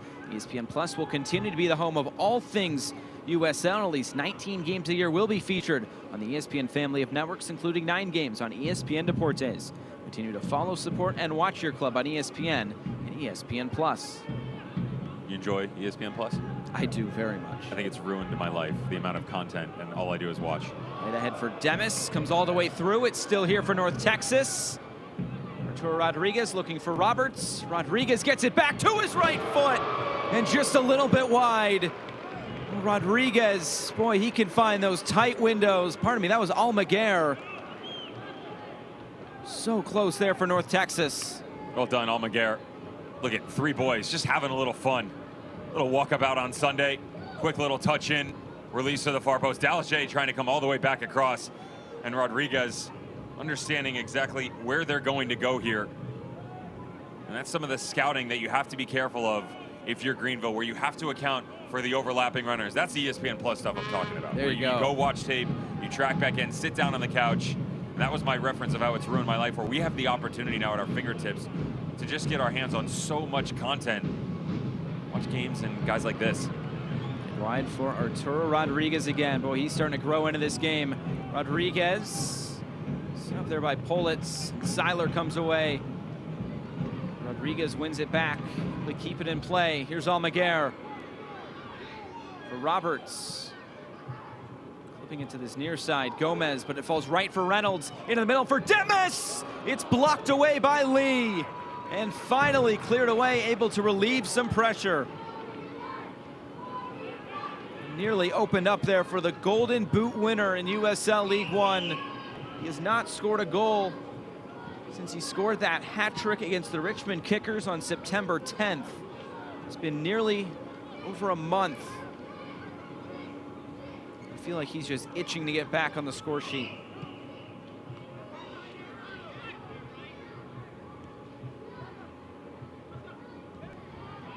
During that stretch, he scored 6 goals in a span of 3 matches, which concluded with that hat trick against Richmond. But a brace against Orlando City B as well, that road win.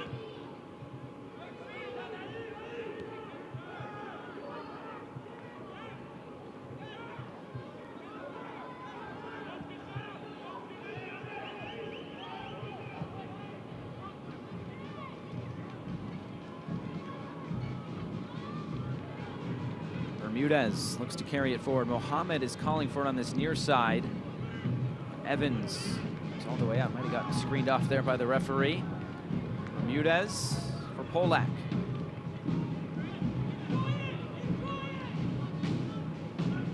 For Bermudez, able to get by Reynolds. Left-footed cross towards the back post. Nobody there in a white jersey.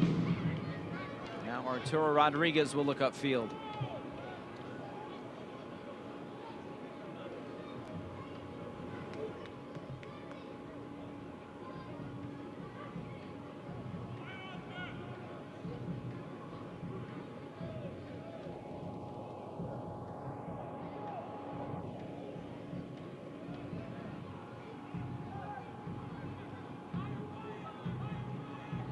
This is a good look at the shape that we made reference to in terms of Greenville triumph. Carlos Gomez stepping up next to J.J. Donnelly, trying to flatten things out here a little bit and make it a bit more difficult to play through. And there's a good look. You got about 10-yard gaps in between the separations of units. How about Gomez, by the way? 17 touches in the first half. That's not a lot. Now, he's very efficient on the ball. But for one of the more talented playmakers on this team, much like the conversation about Thomas Roberts from North Texas, really like to see him get involved more in the run of play, but he's got to take it upon himself. When you drop down into that 4-4-2 block, let's switch back over and then venture out a little bit. Come over to the far side, tuck yourself down in deeper, and try and play out here a little bit, because you're going to start creating more and more opportunities for North Texas just like that. They have no problem right now. They understand that once they've started to pick this up a little bit, it has been much easier to break this team down. Now Greenville back the other way. It's Bermudez again, finding the open space, but quickly taken away by Arturo Rodriguez. Now for Roberts. Donnelly barrels over him.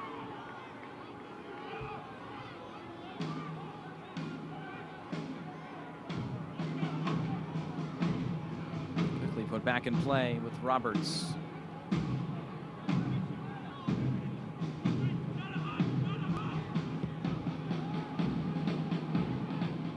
Long switch of field here for Gomez. Through the middle, here's Arturo Rodriguez for Roberts.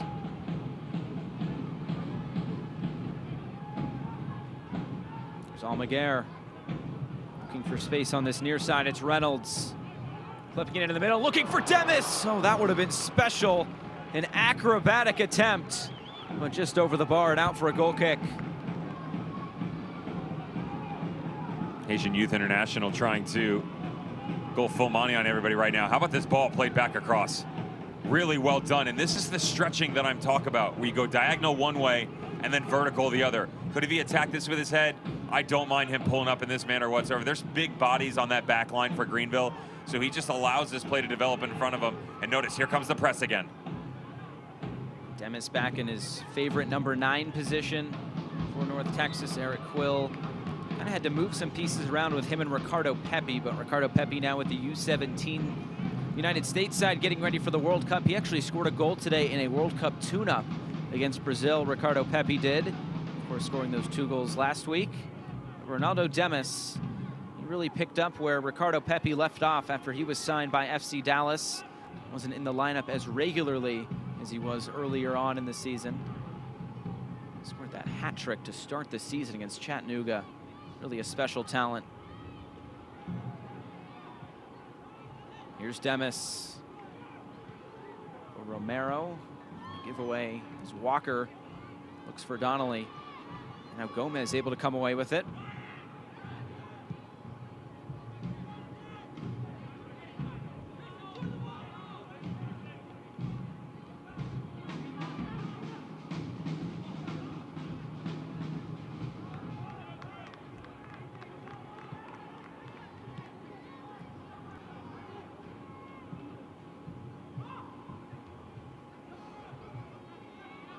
Romero, who hasn't had nearly as many opportunities as he did last week. Zobek gets some pressure from Gomez. Montgomery has to clear. But Seiler now charging through the middle. A good turn by Gomez. Still on the ball. Playing it wide now. Mohammed will try to curl one. Out for a goal kick.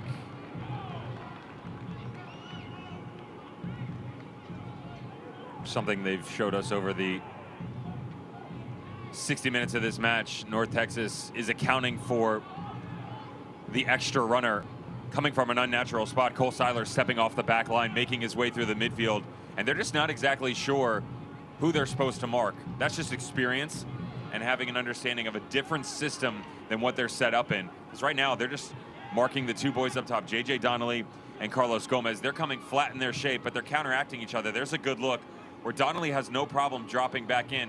But what happens when the next wave comes? And it's not in the likes of Aaron Walker coming out of the middle.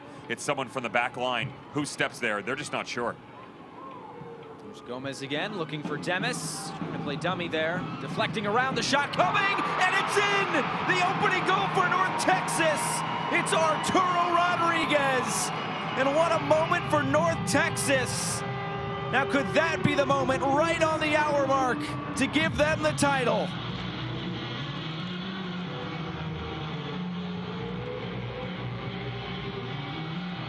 Immediately all the way to the other side of this stadium to get with the supporter section. This is a beautiful finish in so many different ways. We asked for more rotation. We asked for higher intensity, better decision making. All of it is on full display right now for North Texas, especially from the finish from their boy up top, Arturo Rodriguez. One of the guys that everybody felt within this organization was getting the passing of the torch. He's the one who plays the ball down in. Now there's the overlapping run. We talked about outside backs. Jonathan Gomez getting really high, and it's a misplayed ball coming out of the back. You cannot give this team second chance opportunities that are gifted on the doorstep. Now they had a quality buildup, but Greenville had an opportunity to relieve some pressure. They get it wrong. Arturo Rodriguez gets everything right. So the 8th goal of the season for Arturo Rodriguez. He had 7 goals and 10 assists coming into tonight. The assist champion in USL League One, but that time he provides that big moment here for North Texas. It was all set up there by Ronaldo Demis. It took a few deflections, so unsure who the assist will go to in the end officially. It was all started there by Ronaldo Demis, and now 30 minutes to go, and can Greenville find a response? It's something you always preach as a coach for both squads, whether you're the goal-scoring team or the team that's just fallen behind, is they always say next 5 minutes. What's the intensity like coming out? It's something when you're coming out of the dressing room at the start of the game or just after halftime, you want to go after them. Mohamed getting into the box. Took a deflection for Gomez, who tried to strike that was blocked. Now for Seiler and Klaus.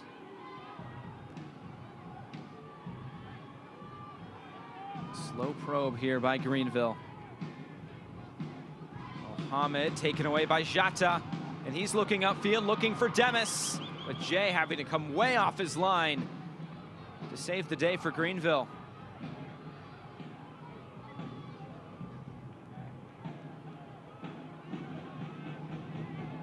When North Texas is able to score that first goal, boy, does that really change things. You count that one playoff game, 16-1-1 when they score that first goal. The best team in USL League One when they do so. Their only loss was to Madison back in June. And on the other side, Greenville, just that one win coming from behind. We'll see what they have here tonight as Donnelly puts this out of play.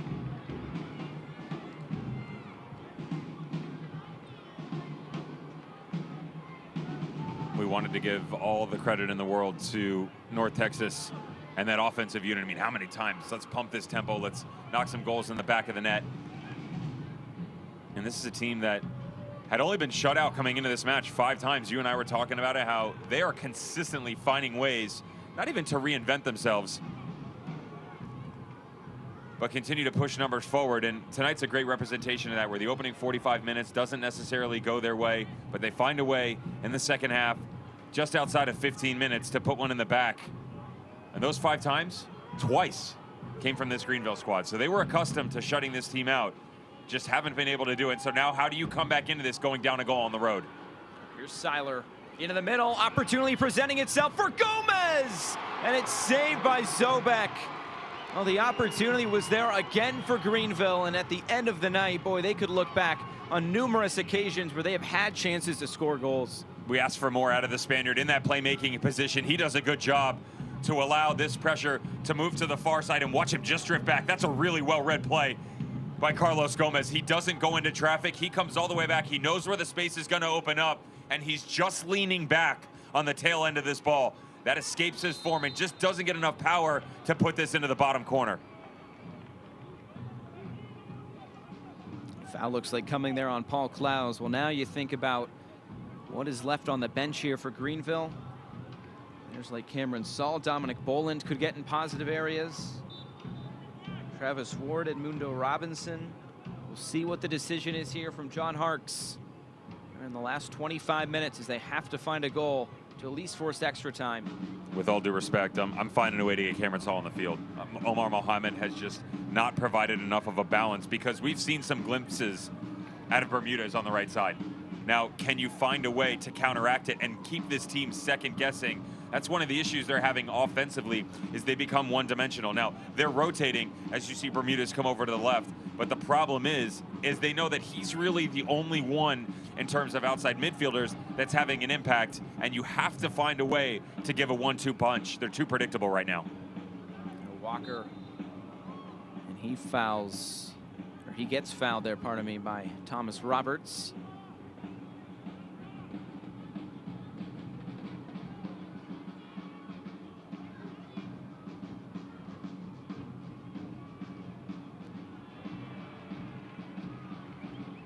Throw in here for North Texas, as they'll be able to slow things down. But this 2019 season was just the start for USL League One. USL League One has announced the additions of Union Omaha, as well as affiliated sides for both the New England Revolution and Inter Miami CF.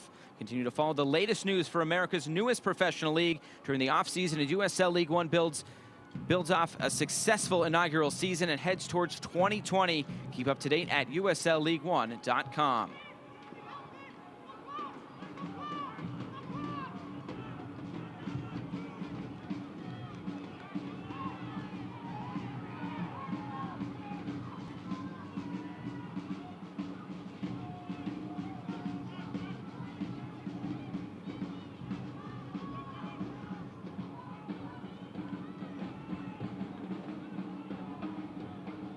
feel the sense of urgency starting to rise here for Greenville.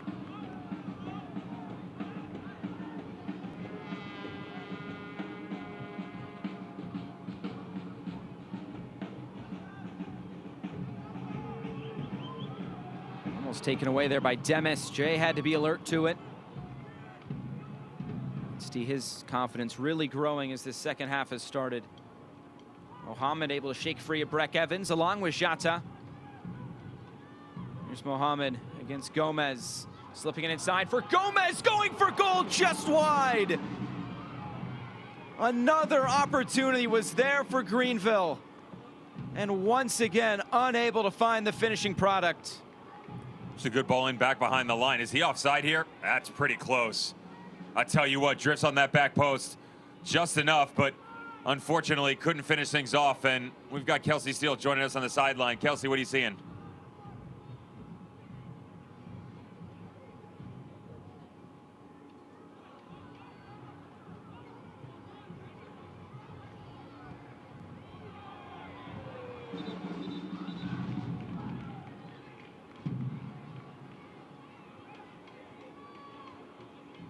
Now a corner kick, it looks like, upcoming here for Greenville after that shot was deflected.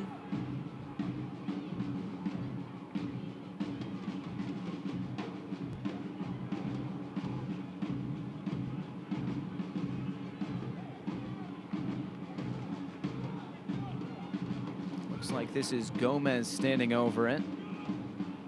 Can he provide the service needed? 22 minutes to go.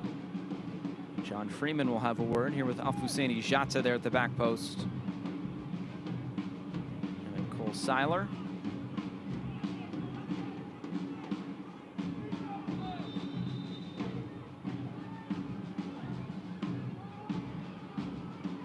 Gomez, the in-swinger, lifted towards that back post. A lot of bodies there. Zobek was there to punch it away.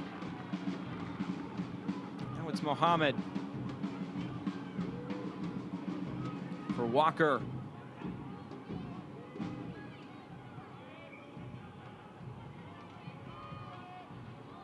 Back into the middle, deflected cross. Mohamed will look to get it back. He goes down. Play continues.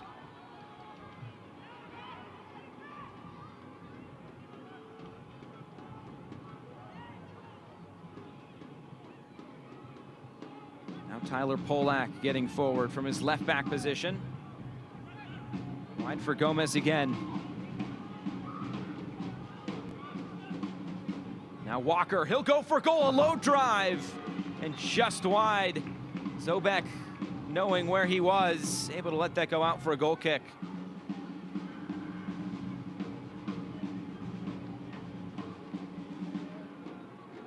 Here is the first sub of the night. It comes for North Texas.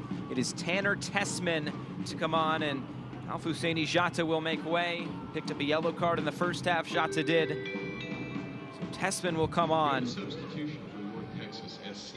played a decent amount here this season for North Texas. This is a bit anticipatory by Eric Quill. Gives you fresh legs in the middle of the field. Jata covered a lot of ground, especially as much as they were pushing the shape and the outside backs. He had to help out on the back line, dropping in between the two center backs that were left back there all alone. Did a great job at doing it. But also the yellow card that you mentioned, you have to be careful. Last thing you want is to go down to 10 men with just 20 minutes to go. This is well executed by the manager. Played wide for Gomez. Can North Texas find a second goal? Cross comes into the middle, headed away by Polak. Now here's Reynolds. Another cross in, nobody was there. Everybody had to get back to an onside position, and Jay will distribute quickly.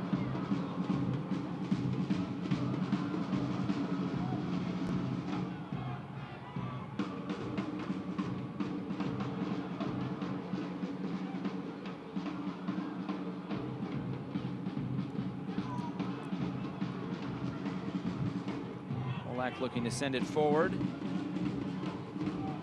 For Tanner Tessman, his first touch of the match. It's a giveaway here to Evan Lee.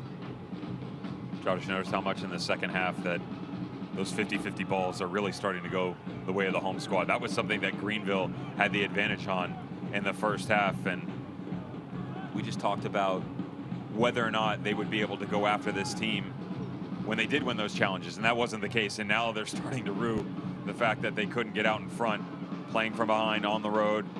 You can hear the supporters groups really getting into this, and that hostile environment is not a fun one to be in, especially when you hit that 10-15 minute mark. Mentally, you're already tired. I mean, this is a game that is mental attrition at its best. But when you're going to war, your legs start to cramp up. You have to really dig down deep and see what's left in the tank. Now Bermudez, he scored some big goals, as we've mentioned, this season. Can he find another here?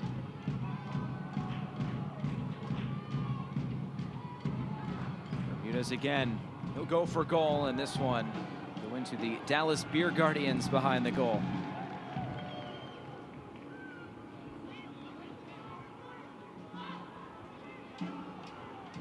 And now let's send it down to Kelsey Steele, who is more on Oscar Romero. Yeah, guys, you talk about guys who you want in your system, and one of these guys is Oscar Romero. He's got a lot of time in now, but he didn't always. At one point this season, he wasn't even playing, and it came to the point where Eric Quill just had to sit down and, you know, say, I need to change your mentality, and if you want a future with this program, we've got to make some changes. And Oscar responded, and man, he responded in big ways. And you talk about how big of a role he plays with this team. He has just provided such a force on this pitch, and you talk to a lot of the players, and I've got the chance to this past week, they have nothing but great things to say about Oscar. In fact, they say if there's anybody on the team that they're afraid to go up against, it's Oscar. So it shows that not only has he gained the respect of his coach, but he has the respect of his peers. And when it comes to playing on the pitch and showing your worth, my goodness, Oscar Romero has done that. Thank you very much, Kelsey. A very big player down the stretch of this season for North Texas. Scored a brace against Tucson the last day of the season. Eric Quill said it was a very important game for this North Texas side to gain some momentum coming into the playoffs.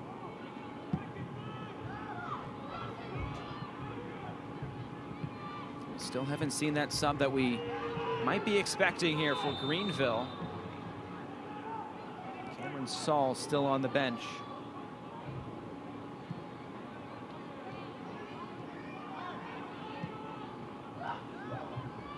Seiler trying to keep this in play, and he's not able to do so.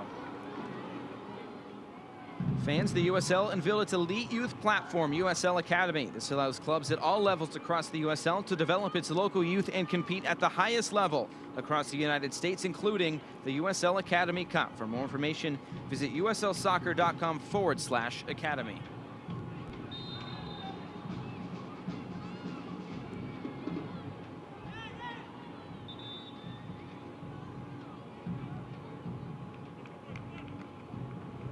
We'll get the sub coming for Greenville. Will be Dominic Boland to come on.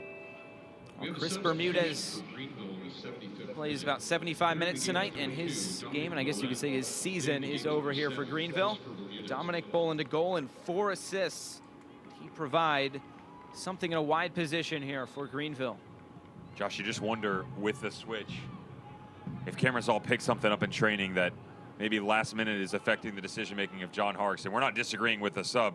Obviously, Dominic Boland is a massive talent, but with Cameron Saul, a guy who's regularly been featuring in the starting 11 recently, including the semifinal, how he doesn't make his way onto the pitch when he's such an impactful figure just makes you turn your head a bit. Here's Politz. See that goal scored by North Texas, the first goal they've scored against Greenville at home this season, as Zobek comes off his line. This North Texas side coming into the playoffs is interesting. They had just a 4-4-2 record against the other playoff teams. That including conceding 4 goals to each of the other playoff teams. So far, they've yet to concede through about 2 matches.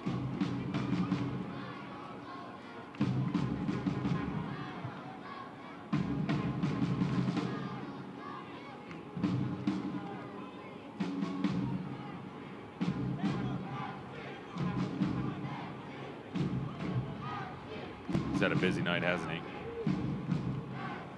Massive amount of movement out on the far side, and just the trailing knee catches the bottom end of the tailbone. Little stinger, he'll walk it off.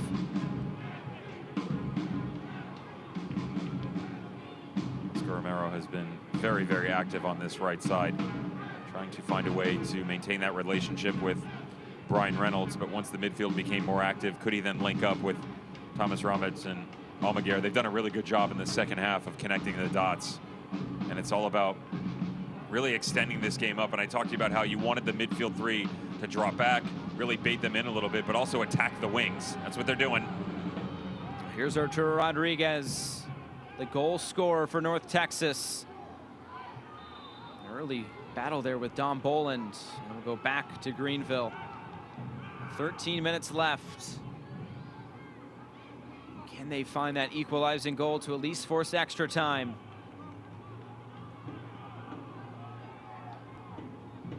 Josh, let's go a little bit deeper into that in terms of North Texas SC in the area that they're attacking. So they've bypassed the middle a little bit, just in terms of the direct run of play, getting some quality buildup.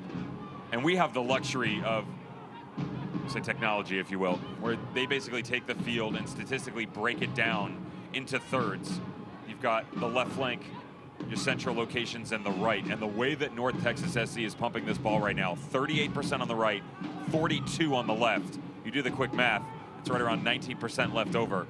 19, 20%, Coming not a lot. through, it's punched away, and Gomez couldn't quite keep it in. It was Mohammed on the doorstep again, as Zobek made another massive save. Another one for Zobek. Greenville taking offense to the fact that we're talking all about North Texas right as we're finishing things off. And they basically employed the same thing. Tell me this isn't the trailing run you saw in the first half by North Texas SC that just missed on the far post. The quick little ball back across. That is where they need to start to pick this up a little bit, where, okay, you've shown your cards the fact that you're going to try and penetrate certain areas, and that hasn't worked out. You're outside 10 minutes to go, you're down a goal. You need to start to evolve throughout this match, and that's one way that they can go after it. Well, Politz will look forward again. Gomez, who said he likes to play a little bit more in the middle.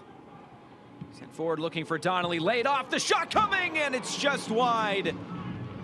Oh, it seems like Greenville have just been peppering the outside parts and Kyle Zobek tonight. They've not been able to find the back of the net.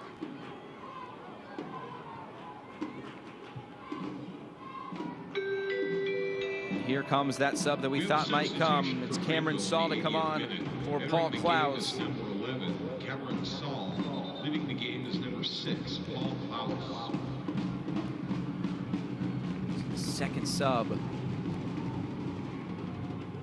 Looks like we'll get one for North Texas as well. Richard Donso, he will come on while Oscar Romero, his race is run. Donso comes on, and this is a player that North Texas and the whole FC Dallas system really feels confident about moving forward. Really good 1v1 player for Eric Quill.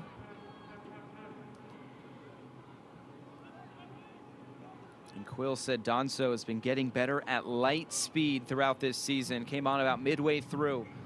Now he'll look to close things out. He's missed the past few weeks. He's had an illness, and there's a giveaway. Arturo Rodriguez in the middle, trying to put this one on ice. He commits the foul.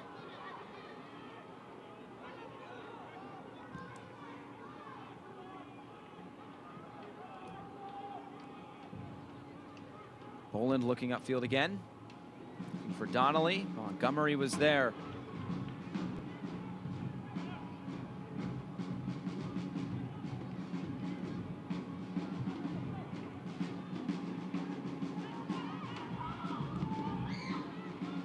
Deflection here for Greenville. Breck Evans was alert to it. Cameron Saul, his first play here since coming on.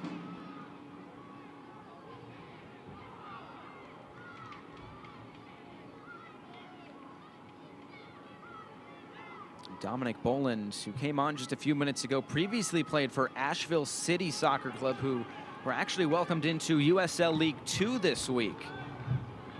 So growing USL League 2 as well as USL League 1 here with some expansion sides. Or new clubs, I guess you could say.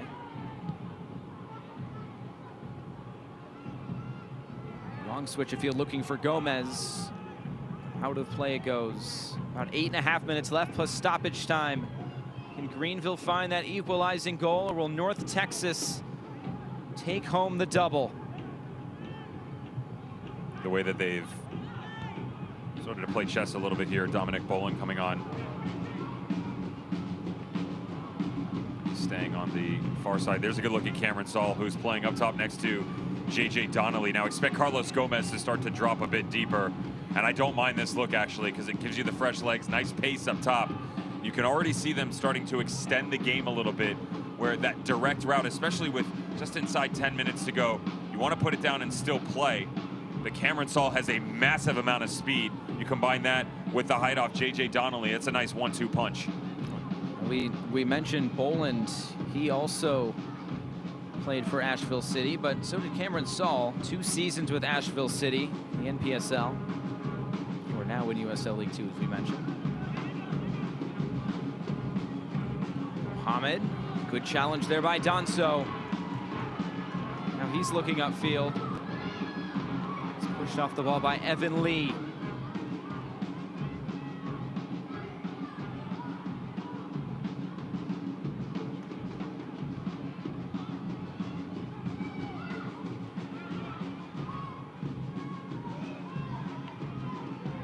Awaiting one final substitution for Greenville coming here at the next possible moment. Here's Donso.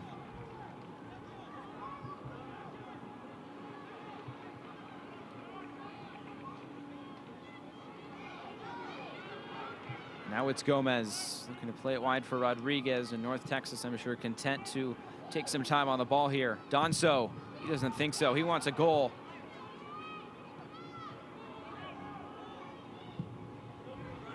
To distribute quickly, looking for Donnelly. It's cut out by Evans. Played down this near side. Reynolds looks like he has the speed to catch up with it. Demis is in the middle. Deflects back. Dallas J will collect it for Greenville.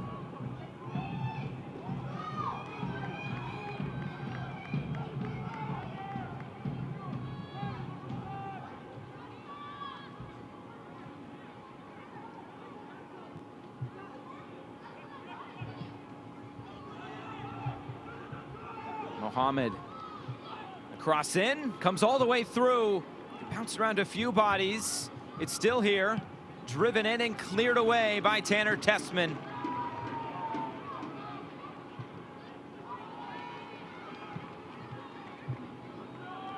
Looks like a player down for Greenville. He is out of play, so we'll see if play continues, and it looks like it will here for Greenville. Walker playing through the middle. Saul was not able to keep possession. Boland has it deflect. Will stay in play, so no corner kick. Now it deflects out for a North Texas throw-in. Well done. We'll get there. It's only taken 85 minutes. That's 2 subs coming on. Edmundo Robinson, along with Cesar Murillo. Looked like, just on the backside of things, Omar Mohammed was actually the one down for Greenville. Much better second half from Mohammed on the outside wing, and I would imagine with Robinson coming on that will be who will be exiting, especially with John Harks looking to see if he can chase this thing just in 5 minutes to go. And I was impressed with Roberts. Thought he turned it up here in the second half, and Murillo will now get a chance to come in. Slide him into the middle, possibly, but most likely they'll tuck him back a bit deeper and push numbers into the middle. And still, looks like Greenville's going to hold that sub. Interesting move here, wondering if they might be able to get a bit more on the far side. It's not Mohammed, which is down, so that's nice to see. He was the one who was grabbing his calf just moments ago, but the referee, John Freeman, just allowing them to check on their fallen player.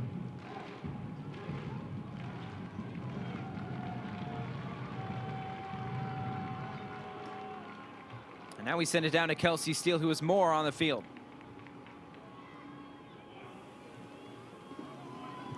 Hey guys, a message from John Harkes on the sideline right now. He's just telling his guys to move, stay active, stay agile.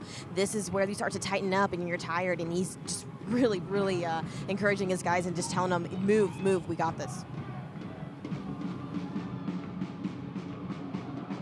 Thank you very much, Kelsey, as Politz walks off, and I'm sure John Harkes trying to figure things out here in the last few minutes.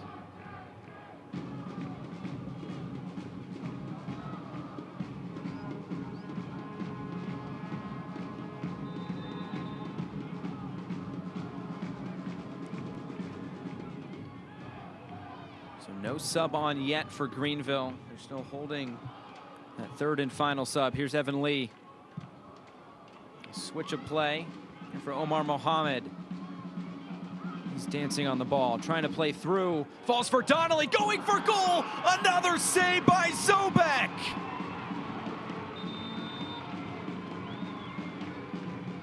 What more can you ask for from your goalkeeper? What a performance tonight in between the sticks.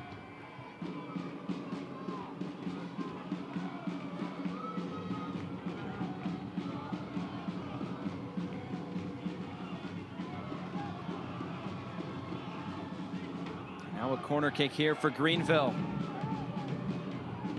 It's Gomez again. So Edmundo Robinson did just come on. Omar Mohammed, he is finished. Towards the back post, punched away at the top of the box. Going for a goal again, and right at Zobek. You talk about potential man of the match. His name has to be one of the opportunity or one of the choices tonight. We have a substitution for Greenville in the 88th minute. Entering the game is number 31, Edmundo Robinson. Leaving the game is number 18, Omar Mohammed. That's a top-notch save from Kyle Zobek, and he's going to be called to order a couple times here. Watch this thing really opening up. Loads of white bodies running in. Get all the jerseys. Now you got to stack the numbers. All bets are off. You've probably got 2 or 3 minutes of added extra time here that's going to come on. Outside of that, you got to push bodies forward and see if you can at least get a half a chance. They have not had a lot here in the second half. If you give up another one, it's okay. I mean, it's the end of the game. You've got to go find a way to get an equalizer. And there's a slip by Polak. Demis trying to put this one away. The Golden Boot winner going for goal, and it's saved by the Golden Glove winner. Nearly opened up, but Aaron Walker was tracking back. Well, that would have been a tough way for this to go to 2-0. Remains just a 1-goal difference. Edmundo Robinson, newly inserted. Can he get to the end line? His cross, nowhere near anybody, out of play.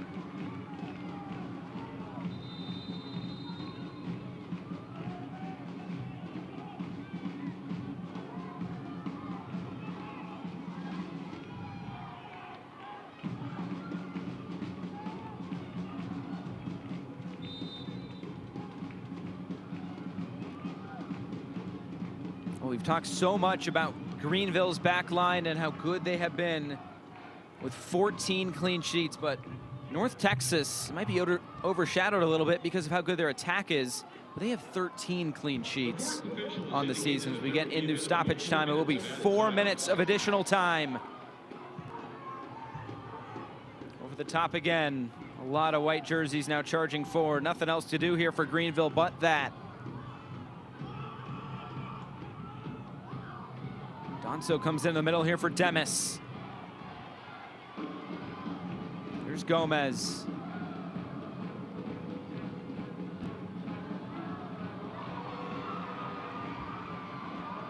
Now coming forward. Taken away by Politz, and now it's Polak. Time running thin. Is there a stoppage time equalizer in the cards tonight? Here's Donnelly. His cross out of play. I feel like there's maybe 1 or 2 chances left for Greenville tonight. You know, this game plan just got away from them a little bit. Still plenty of time to get back in it. This is going to be launched down the field. Zobek will take his time. John Harkes, just an innocent bystander right now, asking his boys just stay here. Go up, win your challenge, conversation with the fourth official, and see if you can win the second ball, play off of each other. This is where you really have to trust everything that's gone on all season long. This isn't about the 90 minutes. This is about everything you've worked for each and every match. And you've got 2.5 minutes to prove yourself. There's a handball, so now a free kick opportunity for Greenville. Now, do they want to send this into the box? They haven't really done so much tonight, but this might be the opportunity to do so. Well, they won't do it. They'll play it short. Polak will get it right back. He'll come forward a few yards, send it towards the back post area. Tespin was up to clear it away, and it's out for a throw-in. Midway through the minimum of 4 minutes. Another cross into the box, headed away by Breck Evans. Politz trying to keep it alive.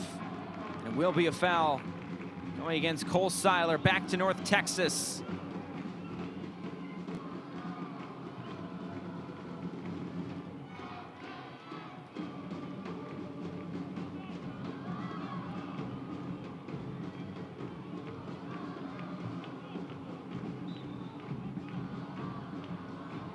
.90 seconds left.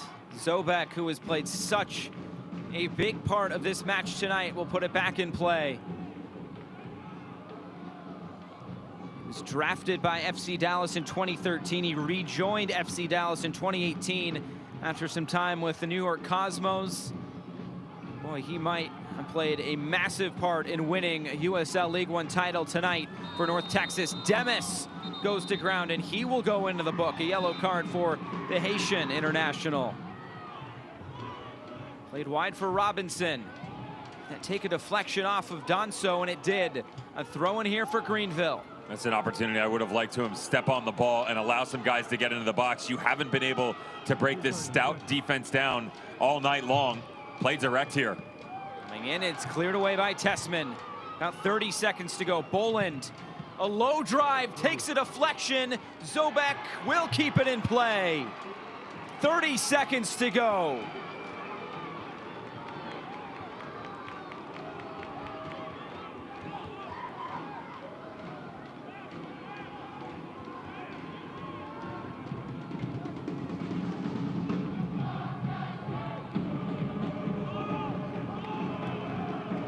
Now just waiting for the final whistle.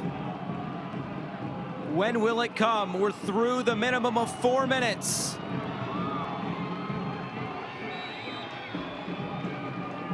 Waiting for the throw in here from Reynolds. All eyes on John Freeman. Demis, and there's the final whistle. North Texas Soccer Club, #1 in League One. USL League One champions in 2019.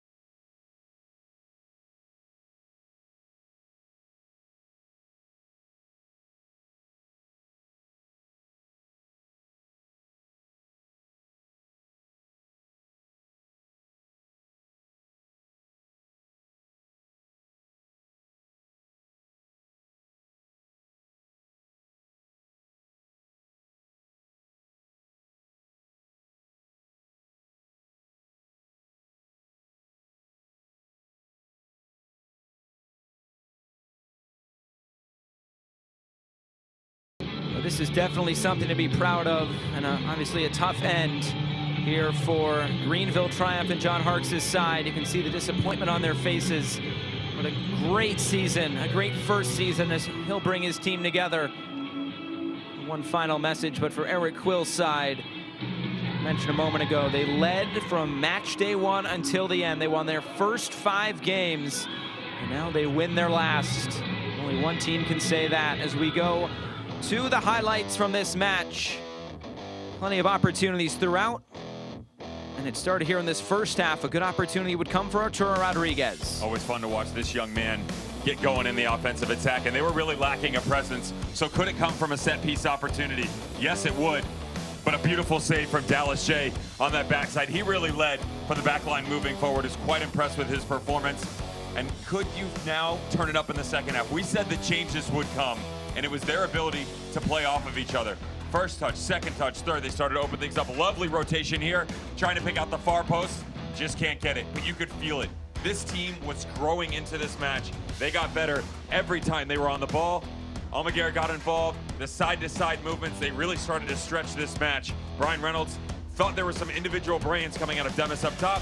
Wasn't the case. But again, they were showing a multitude of looks. That was something that Greenville really struggled with in this match. Was they came out, they said, okay, here's what we're going to do. And they showed everything in terms of their game plan right away. North Texas did not. Watch this build-up. Arturo Rodriguez, beautiful little turn in the middle of the field, and he plays it down in, but it's not done.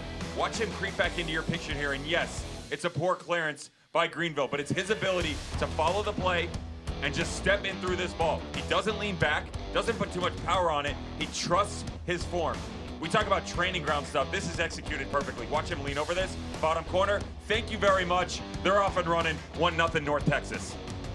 So Arturo Rodriguez scoring his 8th goal on this season, and that would eventually be enough to win the match for North Texas Soccer Club. Going straight over to the fans, we take a look at the final stats. Wow, Greenville doubled the shots of North Texas, but it only really matters what you put on the score sheet, and just 1 goal for North Texas. In Greenville, they had plenty of opportunities but couldn't find their moment. It always takes a mountain, right? You got to move the mountain to get over it, and then they say it takes a village in order to do that, and that's what North Texas exhibited tonight. They showed you that they were more than capable of going out and really figuring out their game plan, and it had to evolve. And we used that word a couple times tonight, but what was going to happen when they started to give a different look? You know, so, okay, you're going to sit back and you're going to throw some numbers at me. Well, how do you counterpunch that? I like to make the analogy that this is like a boxing match where, okay, let's jab a little bit, you're going to come inside, and then we're going to rotate back out. That literally happened in this match. And for all of the credit that we gave to North Texas on the offensive side of things, kudos to the defensive shape, because this is a team coming in, and you talked about it about 65th, 70th minute. Hey, how about us and what we're able to do on the defensive side of the ball? Kyle Zobek, high season saves, 5. He made 7 tonight. Yeah, so that's massive. a season high. That's a big move from your goalkeeper. And again, they got some shape going forward, but second most goals given up in terms of positive side of things. That's North Texas SC. How about shutouts? Second right there as well. This is a team that for everything offensively, they really did a good job on the defensive side of the ball tonight. Yeah, and just the full season, and we were mentioning it, they led basically from match day 1 until the very end, and I think deserved champions in the end. Something for me, though, that sticks out for Greenville, because I want to pay them a little credit Absolutely. here, is notice John Harkes. John Harkes, when we talked to him, he was all about growth for this game and this organization, and you saw that tonight. They came out and they were not worried whatsoever. They said, oh, you think we're going to sit back? We're going to run at you guys. And I was really impressed by that. The problem is they couldn't morph, and that's okay. But in that conversation, he talked about the opportunity. And this isn't just right now. It's not just this 90 minutes. It's growing this organization. They got that from their first win this year. You saw them grow throughout the year. And this is a band of brothers that are going to be heartbroken by this loss, but they will not be down and out. Dallas J, everybody they have on the back line, Pulitz, Seiler, they've been through this before in terms of experience, and we thought that might lead them to victory. They fell short, but they're going to get right back at it. They're a very talented group of individuals. Can't wait to see what they do next year. Absolutely, and John Harkes said it. He said, we already won. We got to a final in our first season. A lot of these FC Dallas players and FC Dallas Academy players, they've been playing together for a while, but this Greenville Triumph side, they came together at the beginning of the season and they ended up in the final. Pretty special season for this Greenville Triumph side. As you can see, the celebration ensuing here for North Texas. We're waiting on their trophy presentation. And boy, have they earned this season. A spectacular season all year long, and everybody will get the medals, and then they'll lift the trophy in the end. A special season coming to a close, but definitely something that they can remember this season from, with this hardware in the end. How top quality are the shirts? We are the one. We are the one. And that's absolutely. a pun you could play into so many different ways. But a team that, you know, coming into 2019, what were they going to be? Were they going to be the young ones that really couldn't get it together? Now, if you're just getting involved in League One or the academy levels, FC Dallas Academy is something that's really highly regarded upon. That their ability to pump talent through their organization and funnel it into their other ranks. North Texas SC was going to have a blend of that. And it's similar to some teams that experience it within the USL championship level in the likes of Philadelphia Union and Bethlehem Steel. And you've seen some moderate success there. But could they be the team to take that next step? They've answered that emphatically, where they don't care if they're 16 years old. They don't care if it's guys coming from FC Dallas on loan that are 26 years old. They pushed so many numbers, 30, 40 plus players under the sheet on a regular basis, and yet you still end up with this beautiful finished product. And a great example that Eric Quill has talked about this season was Brandon Cervania, really using North Texas Soccer Club as really a springboard to put him onto the U20 World Cup side, and that springboarded him to playing a major part with FC Dallas. Unfortunately, their season came to a close today in Seattle, but really, I think this is something to be proud of, that they can really get this academy and they can build it all the way up, as Greenville now coming onto the stage to accept their second place medals, as now we'll send it down to the field for the trophy presentation.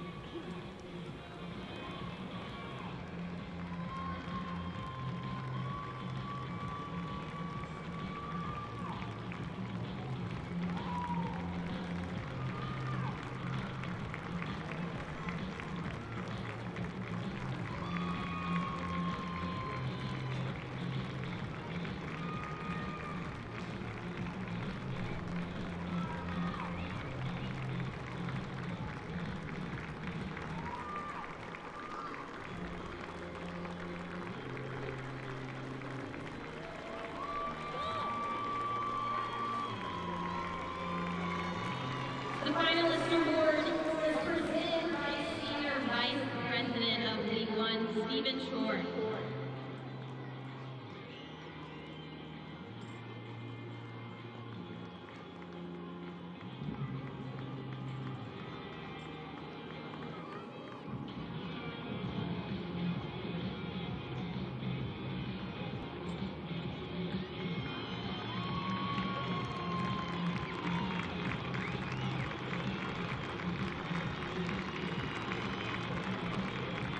Thank you all for a hard-fought match and an incredible season. Let's hear it one more time for Greenville Triumph.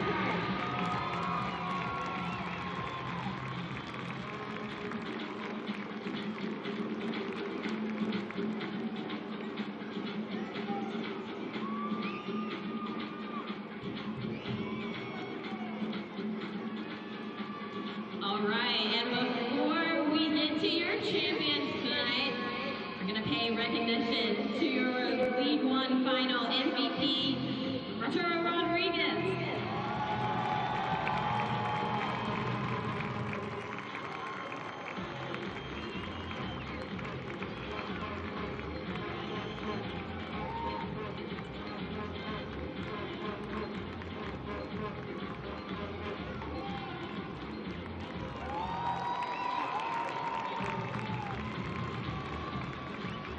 Now please join me in welcoming your 2019 first ever USL League One final title winners, North Texas.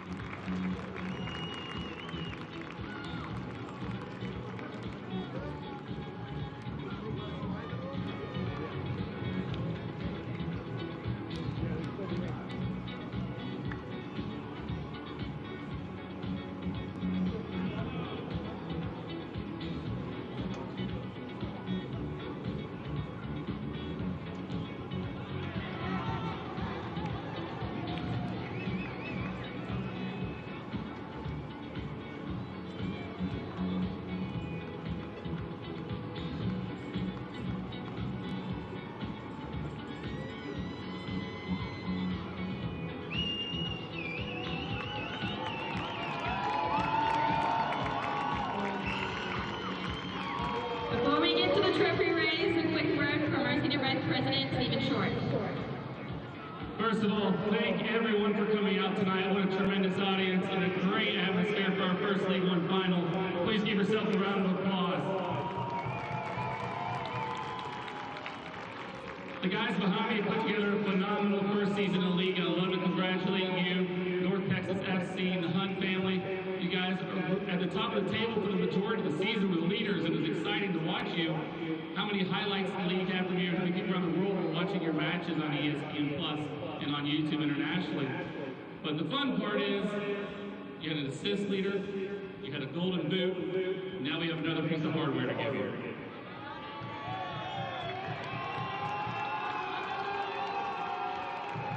Your USL League One Triumph champions!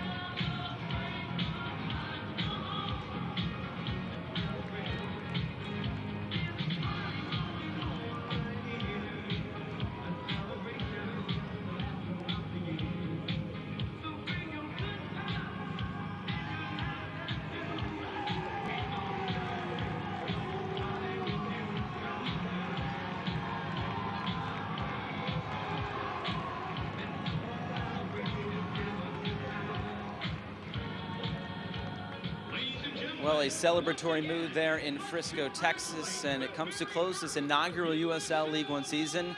What are your kind of final takeaways from tonight and this whole season? It's a lot to take in, isn't it? Yeah. I just look at those young men and their ability. This is something that winning a championship like this, you're going to keep it with you for the rest of your life. And to have the opportunity to be a part of it, I'm honestly humbled. And it was great to share the stage with you as well, good partner. Yeah, thank you very much. Thank you. This was absolutely fun. But I would also be remiss if I didn't mention a couple others. Ryan Rose, Jake McCluskey, Chris McKowiak. They have been with League One from day one. They have brought you tons of games, and it took a pretty big army here to bring you this entire season. So that is going to do it tonight for our inaugural USL League One final. What a night it was here in Frisco, Texas. Greenville triumph. Well, they couldn't find a triumph here on the road. Instead, it's North Texas Soccer Club. They are your USL League One champions. For our entire crew, Devin Curry and Kelsey Steele, I am Josh Eastern saying so long from Frisco, Texas. The USL League One season has come to a close.